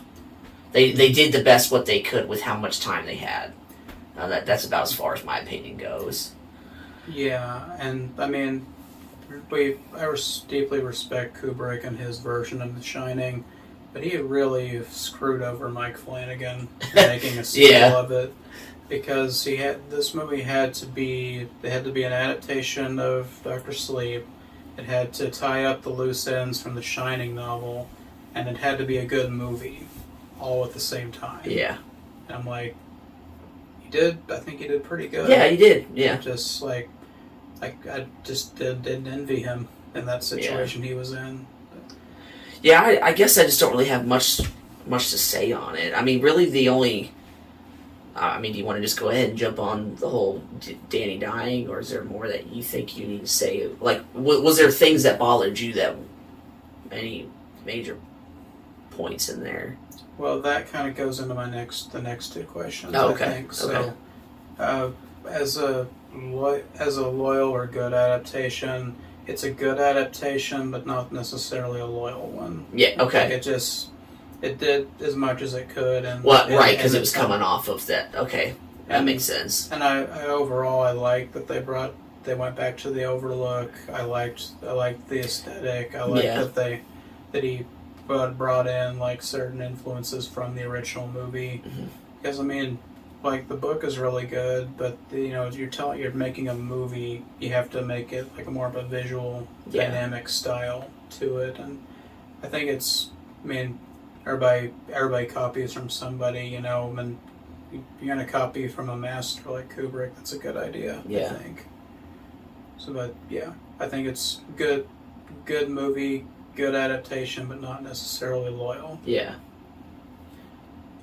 So one of the things, like the next question would be, were the changes that they made good ideas? What do you think about that?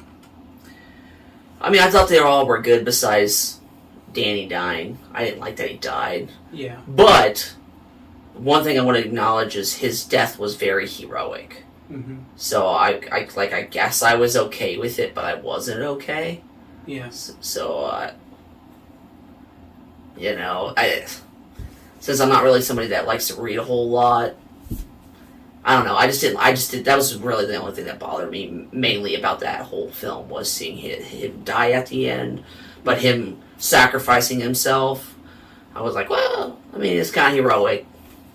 But it reminded me so much of, like, the Shining show that came out. The 97. Yeah, because the dad, he sacrificed himself in that to save his family, so that kind of reminded me a lot of that situation of him sacrificing himself. Yeah. So she could get out. Yeah.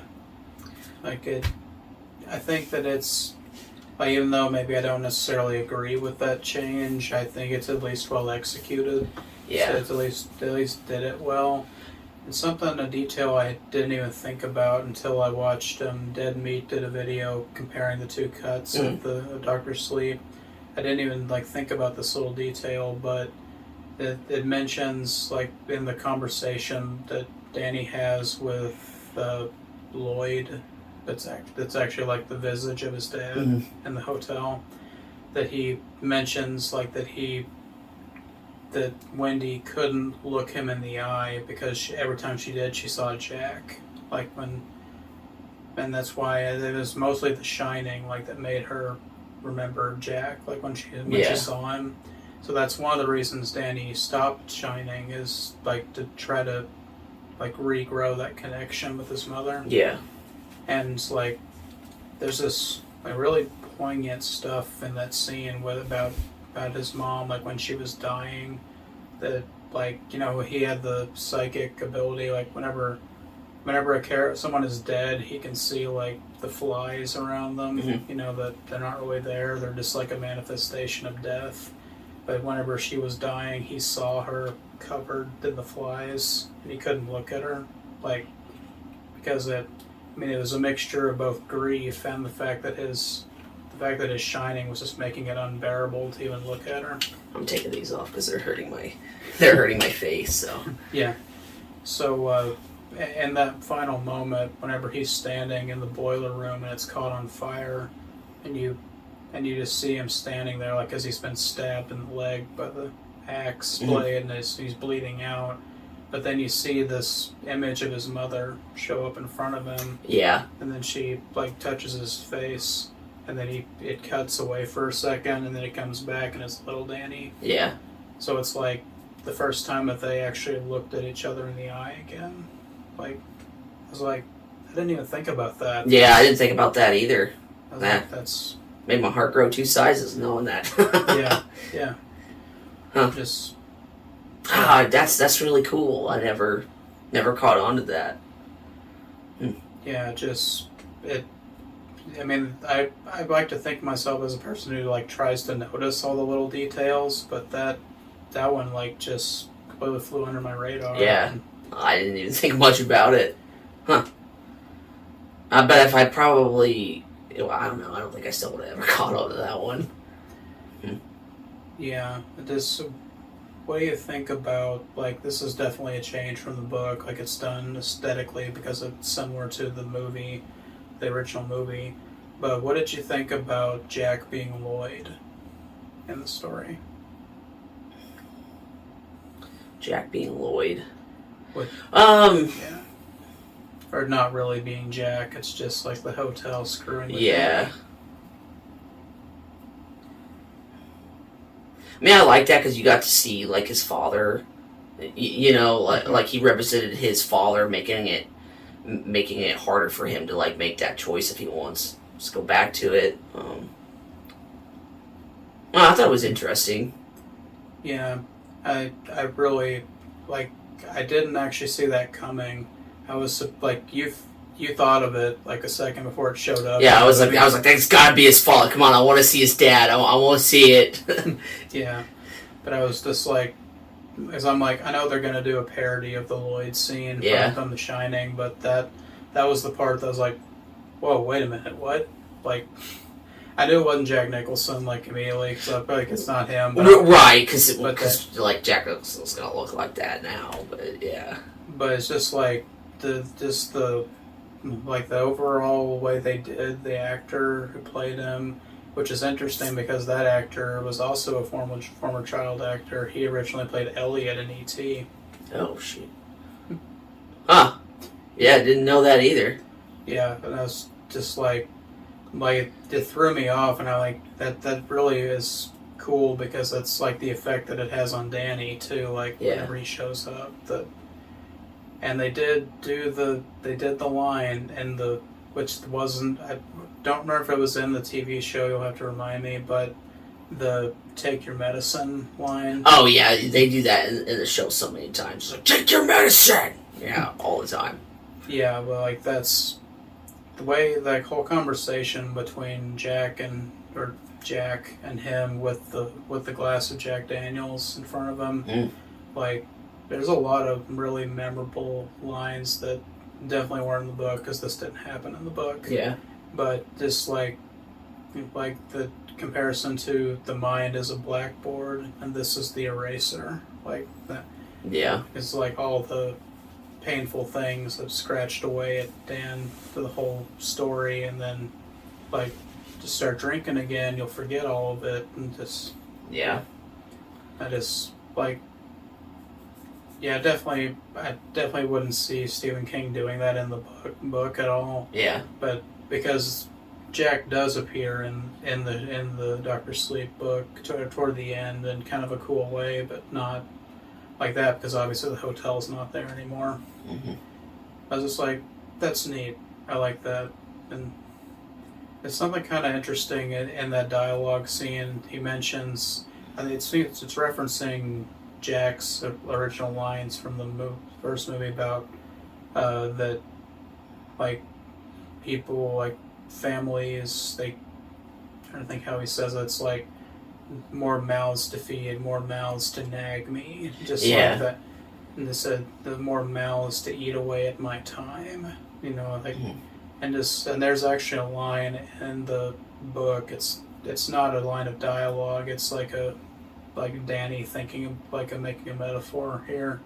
That time grows teeth and eats away at you. Mm-hmm. Which, if to like big Stephen King fans, I think that's an intentional reference to the Langoliers story that he wrote that they made into a movie in the 90s, I think, or a TV movie. Which if you want bonkers Stephen King, that's a bonkers movie. Of evil Pac-Men that eat time. I don't think I've seen that one. I'll have to show you just a clip of it because it's pretty funny. But talking about just like a little reference that I thought was interesting, I've mentioned in our Shining episode about Joe Hill being Stephen King's son, and he's done like horror short stories and stuff in the last 10 years. There's one story that he made called Nosferatu, but it's spelled like a license plate because it's referencing the car that the villain rides.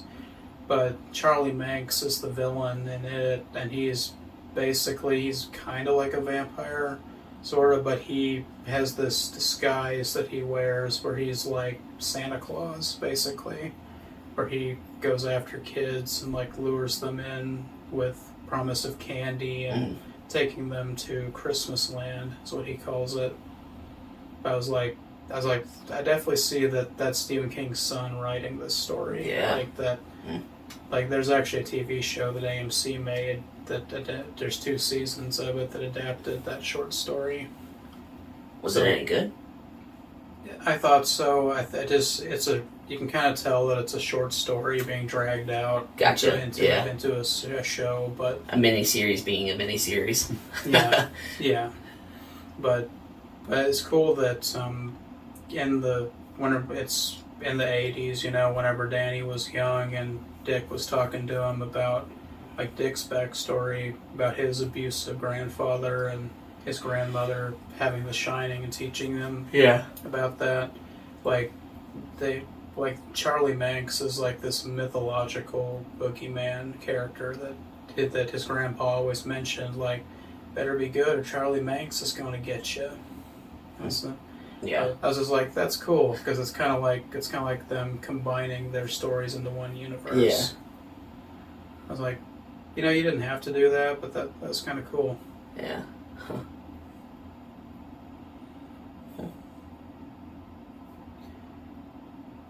Okay, I think I've kind of gotten off topic here. Yeah. So I apologize. You're all right. I was trying to figure out where we were at. Okay, so about the changes. Changes any good? Would we be on Does the Ending Work? Well, I did want to mention one thing, like something in the movie that, like, compared to the stories, how they play out, like, to me, the ending to The Shining makes more sense if Jack is the one that destroys the hotel than Danny. Yeah. Like Jack being, like, half possessed and, like, trying to not just, like, to keep the hotel from being destroyed, and then the conflict of it finally blowing up and killing him. It's really strong in the book, and, like, just, it seems like they put a lot of shit on Danny that didn't need to be on him. Yeah. You know, at least with Jack, it made sense because it was kind of his fault that all that had happened, because he let it happen, let the spirits possess him and everything. I was like, and that does happen to Danny in the movie, like whenever he releases all of the ghosts of the Overlook to attack Rose, like that, and then they attack him and they actually go into him, possess him. Mm-hmm. And what's interesting is that scene between him and Abra, like when he's possessed and he's got the axe and he's chasing her, like she literally does the dialogue from The Shining that Danny does. It's like you're not. Well, I think it's you're not my father. You're a mask. You're the hotel. But it's like you're not Dan. You're a mask. You're the hotel. And I was like that's kind of cool that they incorporated that. In yeah, there. see, that was another thing I didn't catch while watching that film. Yeah. I mean, you wouldn't really unless you read the book. Yeah, I read both of them. That's kind of cool that they did that. Yeah, so Danny kind of gets screwed in the end, which I'm not a huge fan of. But what's cool about it is that the really clever workaround that Mike Flanagan came up with having deceased characters still in the story, like Dick. Yeah. Is that Dan is still like with Abra at the end. Yeah. It's just like her spirit or like guardian angel. Which is neat, yeah. Just gonna say he turned into a force ghost. Yeah. Yeah, and he just showed up and been like, oh, I'm gonna do it. Hello there. Well, what's funny is like the gag line that Rose says throughout the movie is "Hi there." Oh yeah. I'm just imagining Ewan's like, "You bitch, it's my line."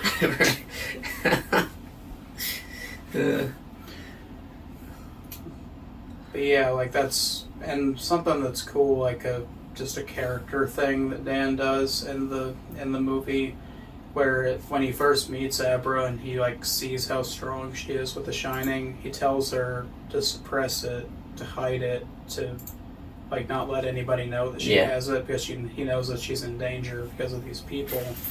But at the end, he like the last line he says to her when he's looking back at her, he says, "Shine on, Aberstone." Yeah. I'm like, that's cool that he's like now that he like his demeanor changed. Yeah, that because he doesn't want everything that happened to him to happen to her. Yeah. Like, because he's thinking that like she might turn to drugs or alcohol or something. Right, if she suppressed her. Yeah. Yeah. And the book actually kind of goes into that whenever, like the end of the story, Abra's 15, it's her 15th birthday, and Dan is there because, he's still alive, and he's just like telling her, giving her some life advice about don't touch drugs or alcohol, and don't give in to your anger. That's because that's something that he struggled with a lot with. But when he drank, he got really angry like his dad did. Yeah. And that's... And then this is kind of one of those things, comparison from the book to the movie. So, like, in the book, he was actually her uncle, because his dad had an affair with some other woman, so that's with Conchetta. Yeah. So, they actually have a relation in the book, but in the movie, she just... Yeah, she calls friends Uncle Dan. Yeah, she calls him Uncle Dan as like a kind of an affectionate term. Yeah. In the movie, which is kind of a nice reference to that. But in the book, I think it's not that it's not well executed. I just kind of think it's unnecessary. Yeah. Like it's cool that Conchetta is the one that talks to Dan about his father because Conchetta, I think, went to college where Jack taught, or where... No, I think it was like they would have been around the same age, in college together. So because of that one time they were together, that's where how Abra's mother was born. Yeah. So, I mean, that really shell shocked me when I read the book. I was like, wait a second, what's going on? It's like, wait a minute, I don't know how to feel about this. Yeah. It's my main problem is like if you're gonna do something like that, maybe do it earlier in the story, because this is like Conchetta on her deathbed. Yeah. It's like a deathbed confession kind of thing, where it's like the end of the second act probably of the 3-act structure. So I'm like, this is a lot to just put on the audience and the main character. Yeah, just randomly, yeah. Just dump that all on you. Yeah, I mean, it's like, it's not bad necessarily. It it makes me think differently about the whole story, like as a whole. Mm-hmm. Because one of the things I really liked about the Shining book is how much I bought that Jack and Wendy love each other. Mm-hmm. And it just made me, I mean, because they don't exactly state if it was like, if he was married at the time whenever he had sex with Conchetta. Oh, okay. I don't think it says that necessarily, but just like, it just makes me look at Jack differently now. Yeah. Or I'm like, I don't know. Yeah, because in the movie they seemed like they didn't like each other that much. Yeah. But maybe that was just a Kubrick thing. I don't know. But it just didn't seem like they really cared much for each other. But also, it was something I didn't really give a shit about, so I didn't really think much about it. Yeah. Just like, I'm just trying to figure out kind of like Stephen King's rationale behind it. Mm-hmm. Because to me, I'm kind of sick of bloodline twists. Like, honestly, it works on some occasions. Like, well, when it's constantly used, I could understand why it would get annoying. Yeah, I'm going to give you 2 examples of like a good bloodline twist, I think, and a bad bloodline twist. So, I know you're not being able to watch like JoJo's Bizarre Adventure. Oh, yeah. But there's a character, but the protagonist of part 2 is Joseph Joestar, and you meet him when he's like 18 or 19 years old in that part. And then in part 4, like, he's in all the next parts because he grows with the series, and this is like, let's see, it was the 30s. It's like 50-year time jump, so he's an old man in part 4. And then he finds out that he has a son in Japan that he didn't know about, that he was married at the time, and he had a drunken affair with a Japanese woman. And I was like, when I first heard that part of the story, I'm like, I don't think I like that, because I love Joseph. Like, yeah. He's my favorite character in JoJo. I was like, that just kind of stabbed me in the heart. I was like, because I really bought that he loved his wife and everything. But then when he meets Josuke as his illegitimate son, and they bond, and like, I'm just like, you know what? I'm kind of okay with it. Yeah. Like Josuke really is his dad's son. Like, they have a lot in common. Or he's like what Joseph was like when he was that age. He was a teenager. I was like, that's kind of neat. I didn't like it at first, but I really warmed up to the idea, because it just was so out of left field, because it's like, and Josuke is the main character of that part, so it's like, it's a thing, through the whole series, like, that this kid is the bastard child of Joseph, so it's kind of makes you feel conflicted if you really like Joseph as a character. Yeah. But I'm like, you know what? I'm okay with it. I had a whole series to think about it. A whole season of television to think about it, see if I liked it, and I ended up liking it. It just didn't need to be a part of it necessarily. I know JoJo's whole thing is family. Like, every single main character is in the same family. Yeah. That was just like, that kind of felt stretching it, because Joseph would have been like 60 when he had the affair. Yeah. And I was like, okay, sure, all right. Okay, sure, I'll buy it. I'll buy what you're selling me, because I have to. Yeah. But I was just like, okay, I came around to it. And it doesn't necessarily break the story. It doesn't break the canon established of Joseph, because he was always kind of ornery. Like, always kind of a troublemaker, but just never would have thought of him doing that. And then, oh boy, we get to the bad one. Rise of Skywalker. Oh gosh, that bullshit. Don't even get me started. Or just take this and just throw it. Okay, but yeah, Granddaddy Palpatine. Yeah, because he was somehow out clapping cheeks. Just like, wait, what? What? You can't do that. That's against the rules. Yeah, that shit made no sense to me, but I have a lot of dislike towards Disney, so but they should have never have owned Star Wars. Yeah. I really wish somebody else would have. Oh, do we need to pay? Well, I made the reference, so I'm paying. I really don't think that they should have ever have owned Star Wars whatsoever. Like, they definitely had the money for it, budget, but, like, the mind and the ideas were absolute shit, in my opinion. it's one of those ideas. I always go back to the Ian Malcolm quotes. You were so preoccupied in thinking whether or not you could do something, you didn't stop and think if you should. Yeah, and then you steal everybody else's ideas, and then you're slapping it on lunchboxes.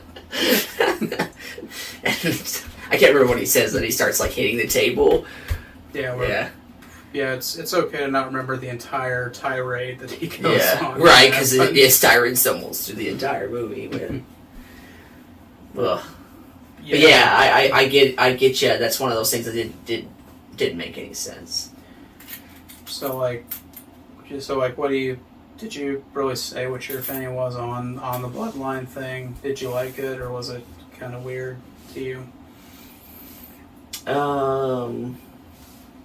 Okay, so like on the bloodline part between like the whole father and son, or which?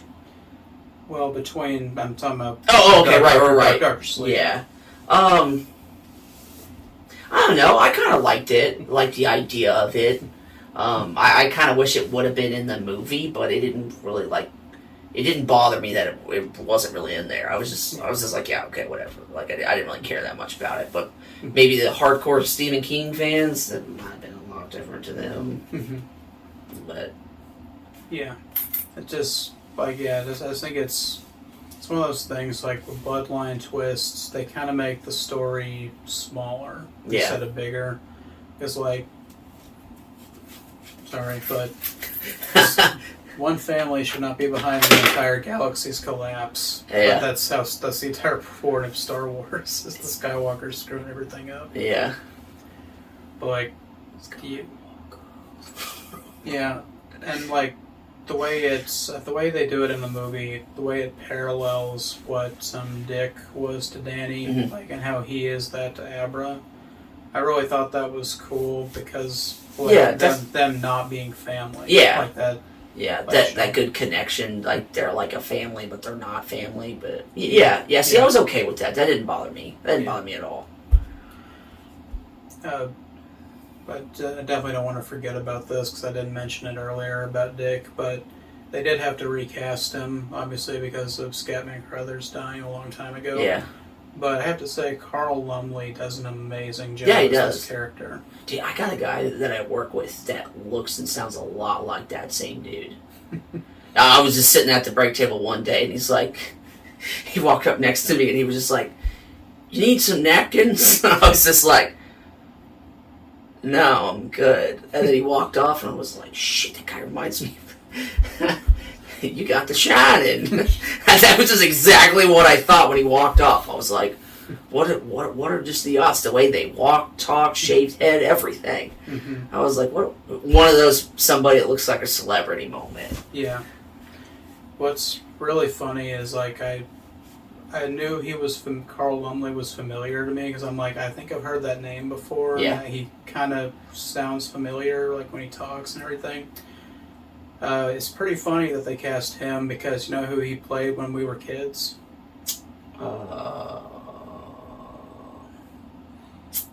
No. Another character with psychic abilities, Martian Manhunter in Justice League. Huh. Was that like an animated series? Yeah, Justice League animated. It's in the same universe as Batman the Animated Series and Superman the Animated Series. Okay. So it's... Yeah, I would have never known that. But I was just like, that's really funny that it seems like no matter what universe he's in, he has psychic powers. Yeah. Was his like voice tone a lot different, or was it pretty similar? Like, did he like... It was different. Like, he definitely channeled Scatman when he played when he played Dick. But I'm just like, that's cool. That's a cool thing. I didn't know that.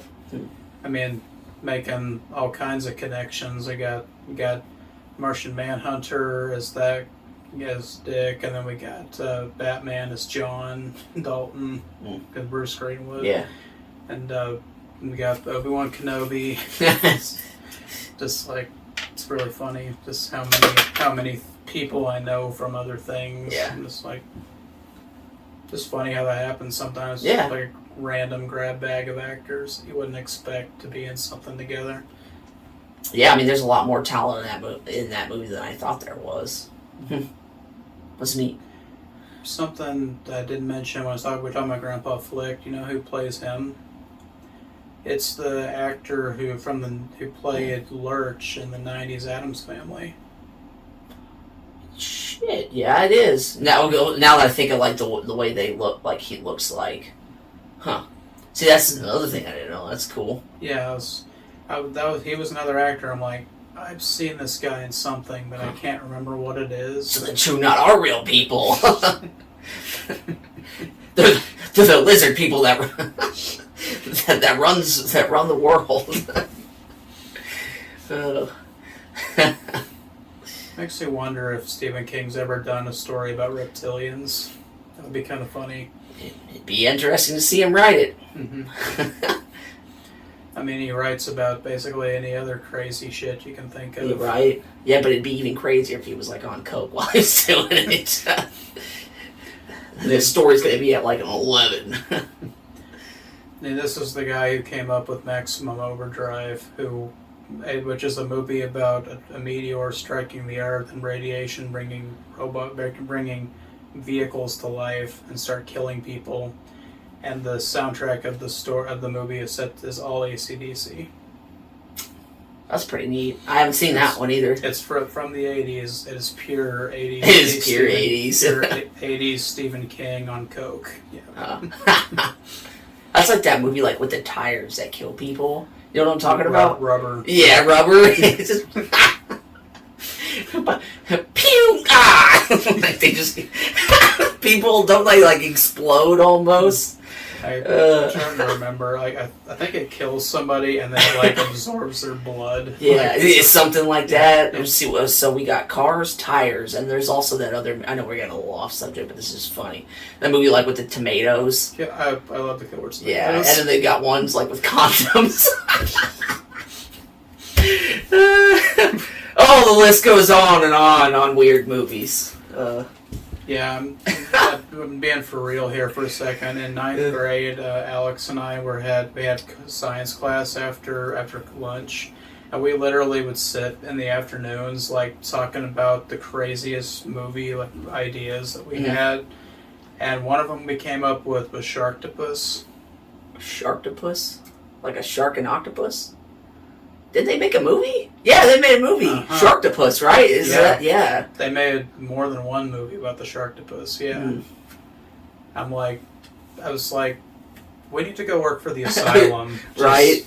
Just throw a bunch of ideas at a dartboard and just like mix it this animal and this animal and this animal and this animal and they fight each other. Yeah. Huh. Well, I think that's a lot of those movies are on that Shudder app. Yeah, right? A lot of those like B-rated movies. Yeah. It's funny how like back in the day they had some really good B-rated movies and then they just really weren't popular. And then like now B-rated movies are so like Sharknado, like so freaking stupid. But like if you talk about Sharknado, people are like, "Oh yeah, I know that movie. It's really good." It's like what? What? I call that the Room effect. Because if you ever watch The Room, where it's like it's just so bad it's hilarious movie. Yeah. The Room. The Room, Birdemic, any Neil Breen movie, like all of those like really bad but really funny movies. Yeah. That's just kind of our culture now. We're like we sometimes the studio just makes total trash and we eat it up because we think it's hilarious. Yeah. So let's try to wrangle this back in. Okay, so we would be on, was it Does the Ending Work? Is that where we would be? Yeah, that's it. Okay, so does the ending work? Do you want me to answer that question? Go for it. I mean, I feel like it does. You know, I kind of like, now that I know more between like him and his mom, they couldn't look at each other, and then at that part where he's sacrificing himself to keep Abra alive, and like his mom and him are looking at each other. So that really, I don't know. I think I would be happy with the ending of him being a hero, sacrificing himself. I'm also happy with the ending of him not sacrificing himself. So I'm okay with both. How do you feel? Conflicted. Okay. Honestly, like I said, it's the way it's done. It's well done. I just wish that it was done slightly differently. Yeah, like, I get it. Yeah. Like yes, he should have burned down the Overlook. Yes, that's a cool idea that they would reincorporate that, but he didn't have to die to do it. Yeah. But since we talked a little bit earlier about how the movie uses Jack Torrance, Mm-hmm. do you want me to go into explain like what happens to Jack in the book? Oh yeah. What happens? So they're in the same place that the Overlook was, but now it's like an RV park. Mm-hmm. It's called. Oh yeah, that part. Yeah. Yeah, it's called Top of the World, I think, if I remember right, and that's what they call the Overlook too in the original book. But there's a observation point that is like kind of where the climax of the fight happens, where it's Dan and Billy, because he's still alive at this point, are like physically fighting Rose on top of it, because she's basically the last one. Not exactly, because like Dan did the whole poison steam thing, killed most of them because of Conchetta, but then he did actually release he did release the Overlook ghosts, like to take out some of the True Knot. Like one of them was really like sneaky. I think she was mute, if I remember right, and her name's Silent Sari, but she's like completely quiet, and she has a knife, and she's like trying to sneak around and get all of the heroes and kill them. But then he releases Horace Derwent's ghost, and he goes after her, and he's like, "Lovely party, isn't it?" And that's like the last thing you see of Silent Sari is that he got her. Yeah. I love that. oh. There we go. But yeah, it's like that big climactic thing. Honestly, I'm not entirely in love with in the book. I think it could have been more interesting. But it's cool that Billy and Dan are like pushing her, like trying to push her off the edge of the observation point, and then she's like basically beating them because she's more powerful than them physically. But then when he unleashes like all the ghosts and like all the ghosts come out, Jack's ghost shows up and like comes behind Dan and Billy and helps them push, and like that gives them the final push to knock her off of the observation point. Falls, hits her head, breaks her neck, kills her. So I'm like, I kind of like that, honestly. Yeah, I would like to have seen that. Like it, and it's cool. Like, I don't think Danny was like aware that his dad was behind him the whole time. It's kind of like an audience thing, like the way we see it, but he doesn't. And then as they're leaving, he looks back at the observation point and he sees his dad's ghost waving at him. Yeah. And that's the last time he ever sees Jack. Yeah. I would have liked to have seen that. Yeah. So somehow have seen it. Yeah. Yeah. And it's I think it would have been interesting, like, you know the way they use Jack in the movie as the Lloyd surrogate character? Like, what if they did something where it was, like, they did that in the beginning when he's at the Overlook, but then toward the end of it, you saw the real Jack's ghost appear, and he acts, like, totally differently, like a dad that loved his son. Yeah. Like if he appeared next to his mom. Yeah. Yeah. And, like, gave him a hug to her or something, and then he puts his arm around her as they're looking at him before he dies. Yeah.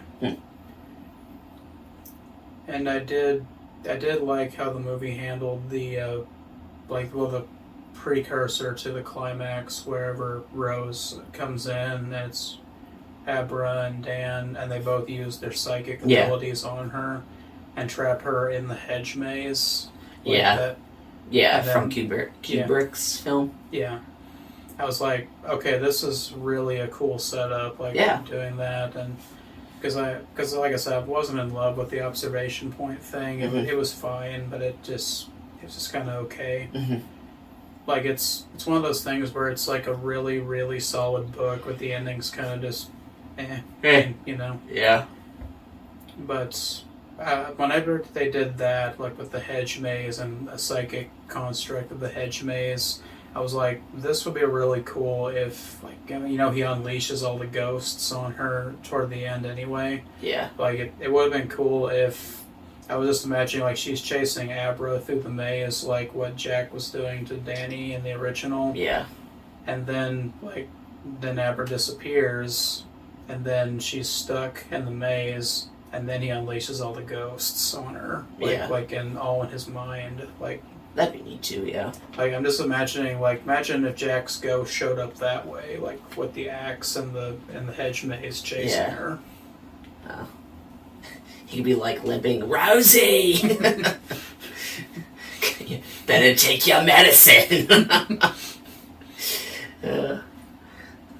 So I was like, that was. I like that. Yeah. That's I thought that had a lot of potential. Didn't entirely pan out, but I was like, that's at least a neat idea that he did with that. And I said I'm always up for even if it's a really good story and the ending's not stellar, if the adaptation changes the ending just a little bit to maybe make it hit a bit harder, I think that would have worked.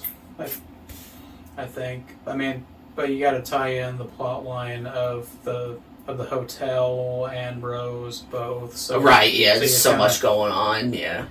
Yeah. So it's like he's in a rock and a hard place making this movie. So I sympathize with what he went through to make it. Yeah. But I think he did. I think he did good. Yeah, I think he did really good with what he had to work with. That's for sure. Yeah.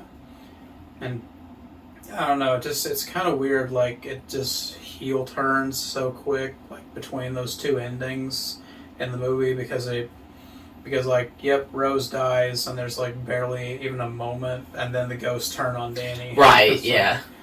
I was like, maybe it would have been cool if he did the maze thing and trapped her with the ghosts, and then he told Abra what to do with the boiler and had her go do that. Yeah, flip some switches and then run out. Yeah. Yeah, while he was holding Rose in place and holding all the ghosts in place. Yeah. And then maybe as the place is coming apart, that's when she comes back and wakes him out of his mind dream thing that he has to go. And that's when it all goes up, and then they both end up living. Yeah. I would have liked that. Yeah. I just, I never want to say I could do it better. We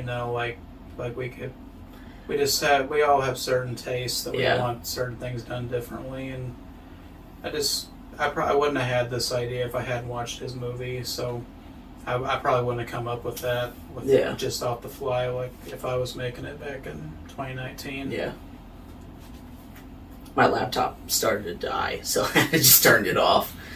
Yeah, it's fine. I mean, I think we're almost done here. Okay. So good sequel to The Shining, yes or no? Yeah. Yeah, I think it is for Kubrick's film. Yeah. Yeah. What do you think? The way I had it is, yes, it's better than it has any right to be. Yeah. It's he at least studied a lot about how Kubrick made the movie to make it look aesthetically and feel aesthetically similar to it, but still being its own thing. Yeah. I like that. Now, we got into this question with The Shining on the last episode. Would this be better as a movie or a modern day limited series, like a streaming series? Okay. Well, with a mini-series, you have to be really careful because a lot of these series, when they take a book or something, there's moments where they just fill in shit, and it's it doesn't make really sense, or it's I feel like it's a wasted time when I'm watching it. It's all right, I want you to get straight to the point. So if you're going to do a mini-series, it needs to be bump, to the point. Yeah. That'd be my problem. So if they did do it, the only thing I would like to maybe have seen them do a little bit more, if they did do something with a mini series or something, is if they did a little bit more backstory of his actual relation with Abra, and then was it her having Conchetta in the story right, just because that was something I didn't know, and then I wouldn't mind more backstory on the True Knot people. Like, you could make one whole episode about that. Now, it wouldn't have to be like a 2 or 3 hour episode, like at least an hour, maybe. It doesn't have to go through every character, but just like a little bit more backstory would be kind of nice, too. Yeah, and I'm a sucker for a series that takes place over, like, decades or like centuries, like, where you see all these different people in different places in time. Where I, like, just to use 2 examples, like, I've always really liked Forrest Gump because it's like the unabridged history of the U.S. And then I've always really liked the opening to Watchmen, the first 5 minutes. Oh, yeah, dude, yeah.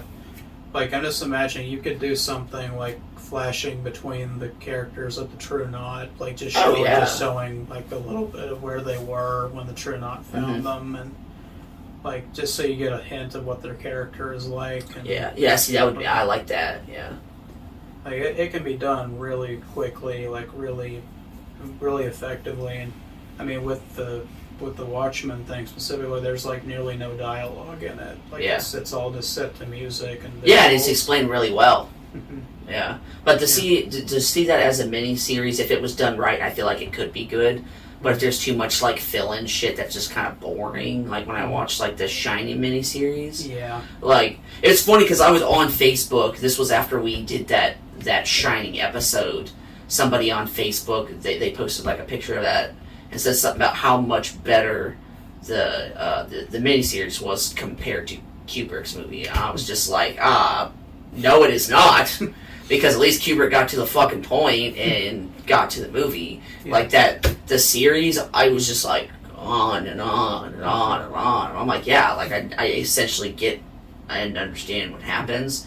There are some parts that I did like enjoy that wasn't in Kubrick's film, but I think Kubrick's film is way better than that series in every way, shape, and form. Yeah. But like I said, like it didn't really bother me too much that there were certain people that died in that Shining, and then didn't in like the series. And that was Dick's character dying. Yeah. But that didn't really bother me that much. But that's just one guy's opinion. Yeah.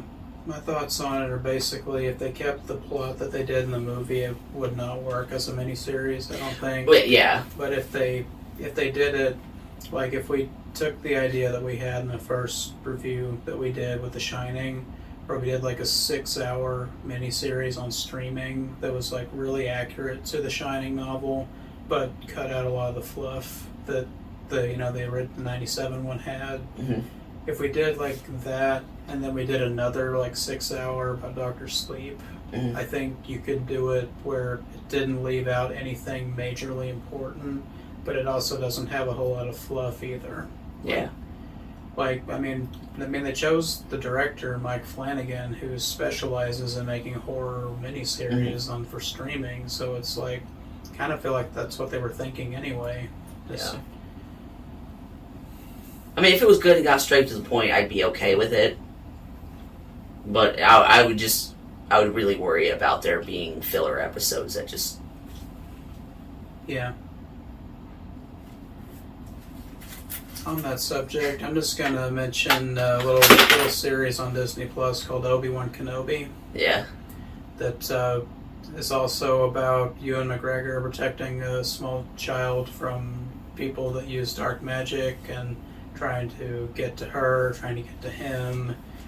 And, like, I think it's, not every episode's like an hour long. Some of them are like 30, 40 minutes.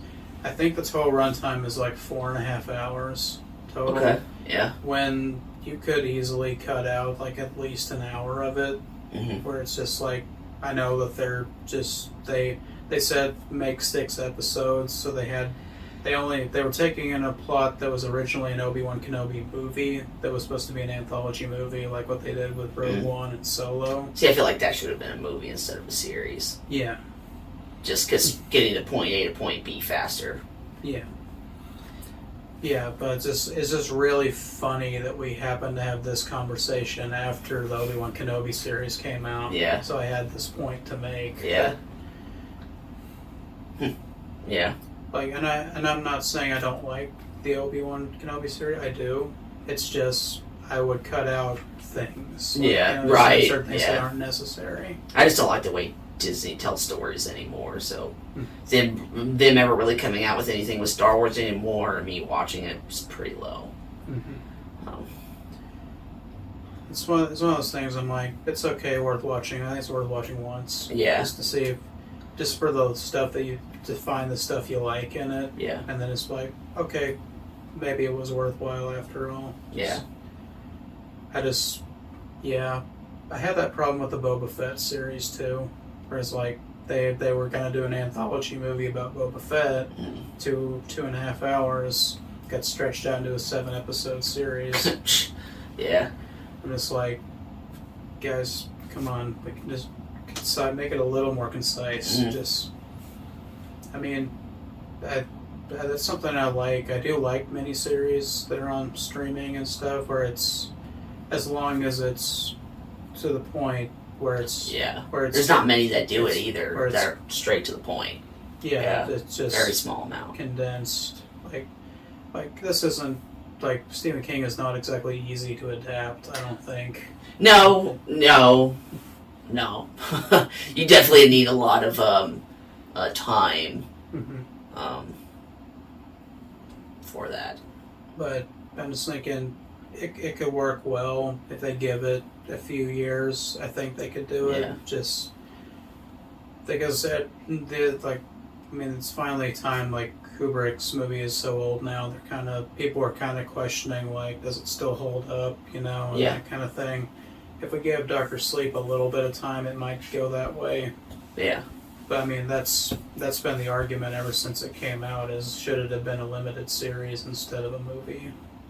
Yeah. I think it's a fair question, Yeah. I'd be up for another interpretation of The Shining. Be up for another. I would too. For another Dr. Sleep. Yeah, I just wouldn't know who I would pick to direct that. Like, I wouldn't know. I mean, I don't know if he'd do it again, but honestly, I think Mike Flanagan's the right kind of guy. Yeah. Because then he could do more with The Shining and Dr. Sleep again, because, why not? Yeah. I think they got the right director, they got some of the right actors and everything. They just chose the wrong medium, maybe. Yeah.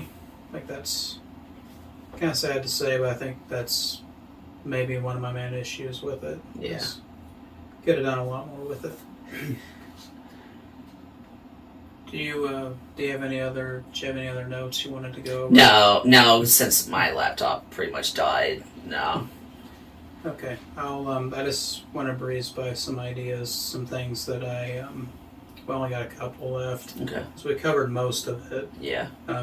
So I think it's kind of an interesting idea. I'm not the only one that's made this connection, but this Dr. Sleep kind of becomes, like, instead of being a paranormal horror like The Shining, that's pretty unambiguously that's what it is. Yeah. This is more of like a character study, but also kind of like a hero origin story, where people have been calling it like Stephen King's X-Men, which I kind of agree with. Yeah. Where it's like let's say the story continued, because Dan's still alive. Dan, Abra, and all of them are still alive at the end. Like, what if Dan became like the Professor X of that universe, and then Abra became one of like the Jean Grey, or one of his really powerful students that he taught like how to use The Shining too, and taught everybody how to use the Force. Yeah. Yeah, and it's just kind of interesting, like how many like X-Men characters would actually kind of fit into this universe, like Professor X, Jean Grey, a little bit of Scarlet Witch. I don't know if you know this character. You know who Mirage is in the comics? I don't think so. If you saw the New Mutants movie, which if you did, I'm sorry, but I had no interest in wanting to watch it. But she's the main character in it, Danielle Moonstar is her real name because she's Native American. But she has this really interesting ability where it's mental abilities where she can impact like other people, Mhm. and she can create visions and like nightmares and that kind of thing. Other people, so I'm like, just kind of feels like she would really be at home in the Shining universe too. Just, I don't know. I just thought that that's really interesting because I'm a big X-Men fan. So I like that's kind of cool that that this reminded me of that you could do something similar like that if Stephen King ever wanted, or maybe his son wanted to make something that's kind of a spin-off of the Shining stuff. Yeah. Not direct sequel, just kind of a Yeah. you know, maybe have Abra be an adult by the time that happens or something. Just Yeah. Maybe that's in the hypothetical plot where they come face to face with the original True Knot character. Where he's like the big bad or whatever. Yeah. Big old. So, something to this, I'm just rambling, I'm just trying to get through all these little points that I've thought of. So, did you notice that the True Knot, what they call humans, like normal people? I think they call them food, right? Sorta? Yeah, like something. But, but there's a specific word that they use, which I think is interesting.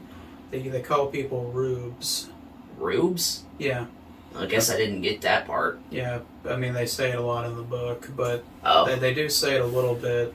They said it in the director's cut, at least. Oh, okay. I don't know if they went into it much with the regular one? Yeah. I don't think they did, and they might have, but I just watched that film last night, and it's still pretty fresh in my mind, so I don't remember that they did, but they might have.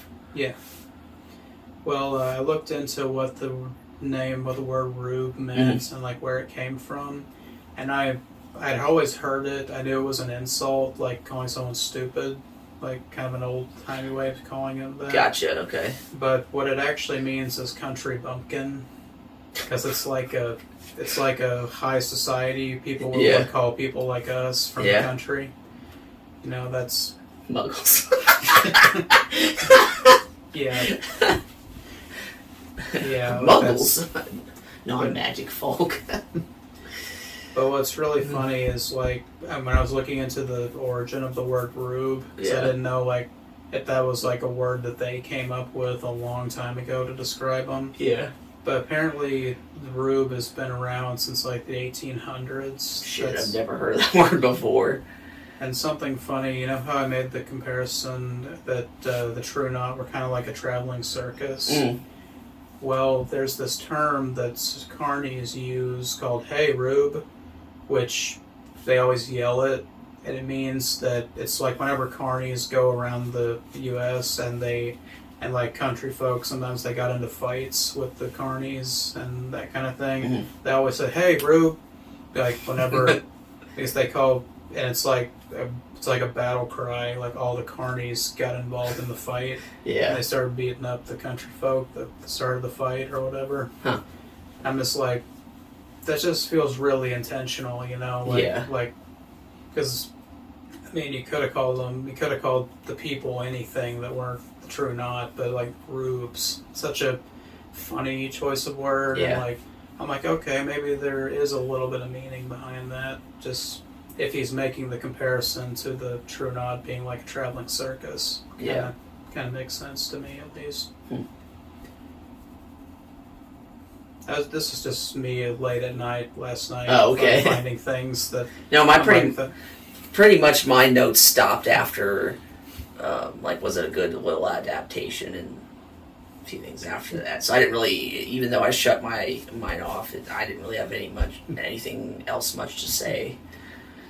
Yeah, I do just have one last thing I wanted to talk about because it's very relevant in filmmaking and stuff nowadays. It's kind of unfortunate. The argument of whether or not you should CGI de-age a character or if you should recast them. Like, what are your thoughts on that? I think just recasting somebody and making them look like them the best they can, to me, is the best way to do it. Practical effect. and making something look as real as you can, to me, means more to me. Yeah. CGI or special effect, whatever, it's really annoying because I think I consider it lazy writing. Like, in my opinion, you could do better than that. So the way that they did, now that guy didn't look exactly like Jack Nicholson. We all understand that, but he looked very similar. So yes, it might have been a recasting. Of course, no, you can't use Jack Nicholson, but it being like a younger version of himself, like, to me, when I saw that guy, I got the idea that looked like Jack Nicholson to me. And if it would have been an older Jack Nicholson, I think I would have been okay with that too, because he's a ghost and he's not young anymore, and Ghost is, I'm not saying it's like a mythological thing, but it can be whatever you want it to be. But on that note, I would rather it just be like a recasting instead of using like some type of weird de-aging thing, because like they're like, oh, it's de-aged. They don't look younger, in my opinion. I see the special effect there and I don't like it, and I consider it very lazy, and I would rather them just recast somebody that looks like them the best they can. Yeah, and what's interesting in the case of Dr. Sleep specifically, the way they use both recasting and they use special effects to recreate some of the characters. Yeah. Like the ghosts of the Overlook were all like kind of CGI'd a little bit. Yeah. Like the twin girls and everything. They you can obviously tell that like there are actors that are playing them, but they're CGI'd a bit to make them look more like the original and also make them look more like a ghost. Yeah. So like that, to me, that worked really well. Like this movie was a rare example where it had both and they both worked, I think. Well, and that was like they picked this random boy to play the original Doc.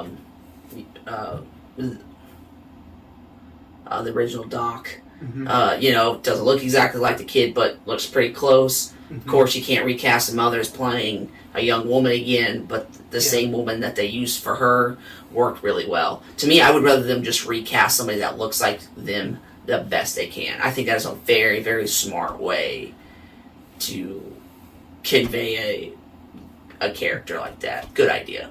I like that. Yeah, and something interesting about Wendy, you know that one scene where Doc is sitting with Dick on the bench, and then you hear Wendy scream Danny, and like he turns around, then Dick's gone. Yeah. Apparently that was actually one of the original takes that of Shelley Duvall in the first movie. Oh.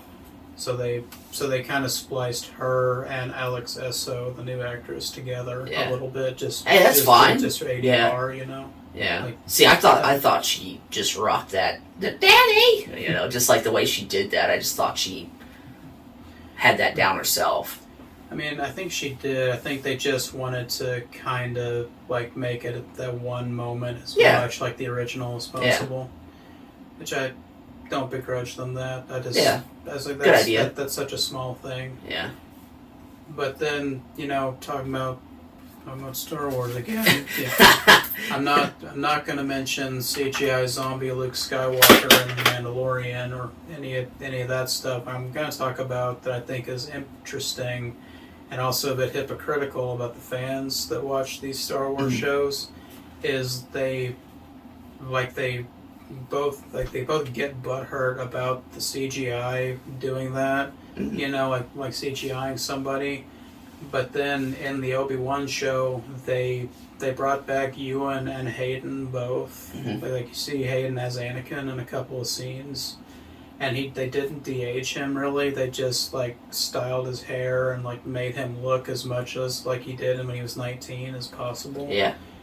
And I think it worked like just fine. I see nothing wrong with that. And then everybody's like, they should have just de-aged him like they did Luke Skywalker and Leia and all that. And I'm like, no, they shouldn't have. No, they look weird. They don't look right to me. Yeah. But also a lot of these people that are watching this new Star Wars, that stuff doesn't bother them. I'm like, how does that not bother you?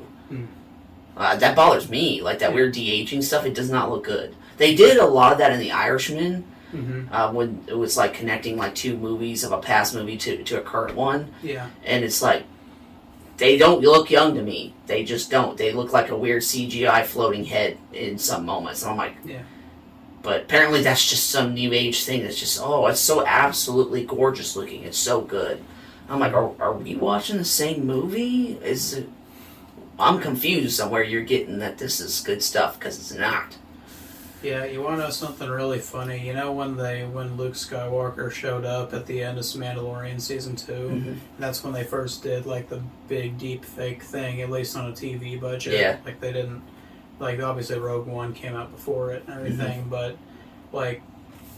I don't know if I'm still talking about Star Wars, but anyway.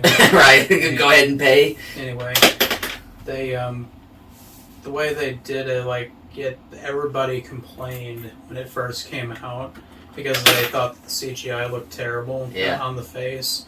So then this guy on YouTube literally used deepfake technology and did it better than Lucasfilm did. And Was it Lucasfilm or was it Disney Film? It's Lucasfilm. Oh, okay. I mean, they're under the Disney umbrella. But Okay, yeah. But it's Lucasfilm that makes Star Wars. But these Lucasfilm people, they saw this guy and how good he was at deepfaking. They hired him.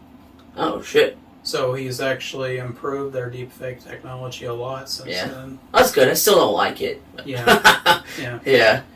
But I was just like that's kind of funny that just a guy on YouTube did something better than the multi-million-dollar studio. Yeah, it happens a lot.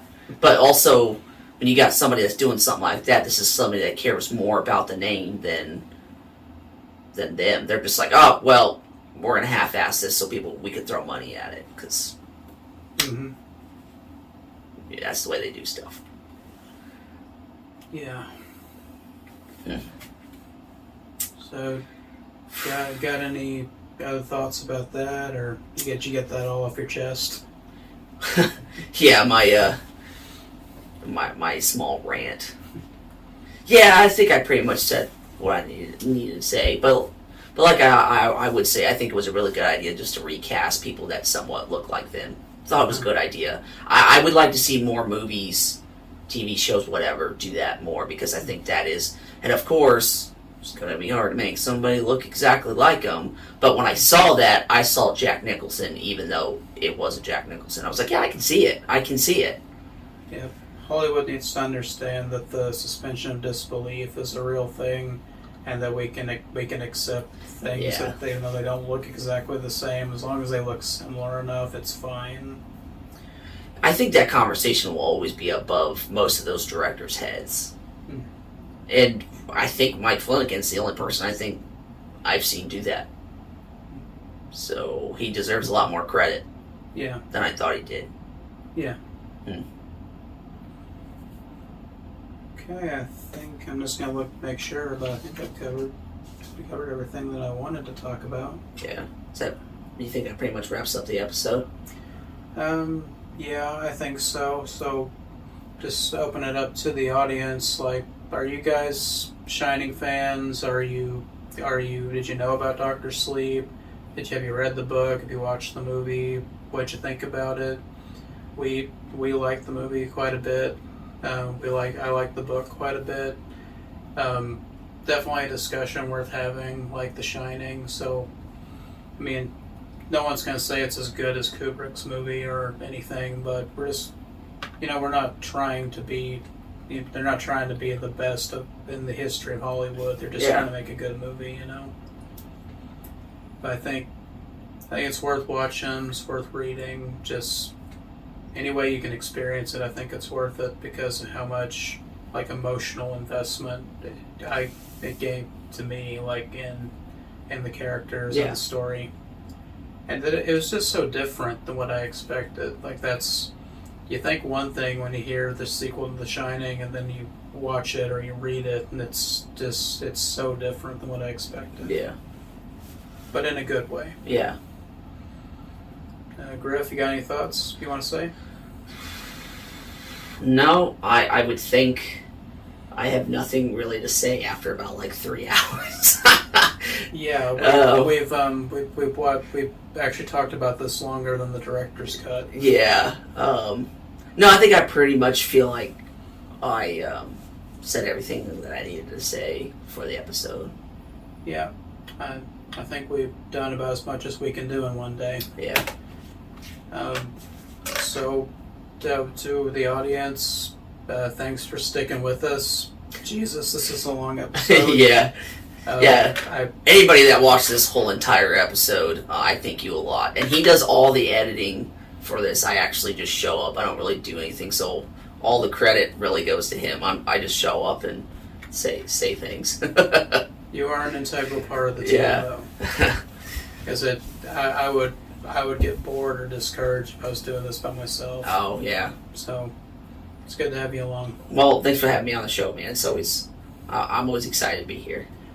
Yeah, check out Grif on the One Man Show. He's got his own YouTube podcast that you upload fairly regularly. Yeah, I'm doing about like once a week, and sometimes if I miss a week, I'll put like 2 or 3 episodes on there, and so that puts me like 3 weeks ahead. So it's just kind of like it kind of depends. What's that? You have a schedule? Yeah, right. I'm new to this idea. Yeah, I try to schedule myself at least 1 episode a week, if not once a week, at least one every 2 weeks. It just depends the episode, because some episodes I write do take longer. Yeah. And the editing and so on and so forth. Me, I'm lucky if I get one thing out a month. Yeah. I mean, like the invaded thingy I did in May, like that was a miracle that actually worked. Got all 5 parts out. Well, and also you've been doing this a lot longer than I have, so I haven't hit like the wall on not wanting to put stuff out yet, or the burnout or anything like that. Yeah, thankfully I think I figured out ways around that. I'm just trying to stay motivated, Yeah. But I'll have all his info in the description. Thanks for watching. I really should have a name for this review show that we're talking about stuff, but I don't. This has just been the Dr. Sleep book and movie reaction comparison. Yeah, something like that. I'll figure it out when it comes to make the title. Yeah, I'll figure something out. But thanks for watching, audience, and Griffin, you, the audience. Yeah, thank you. Shine on. Yeah.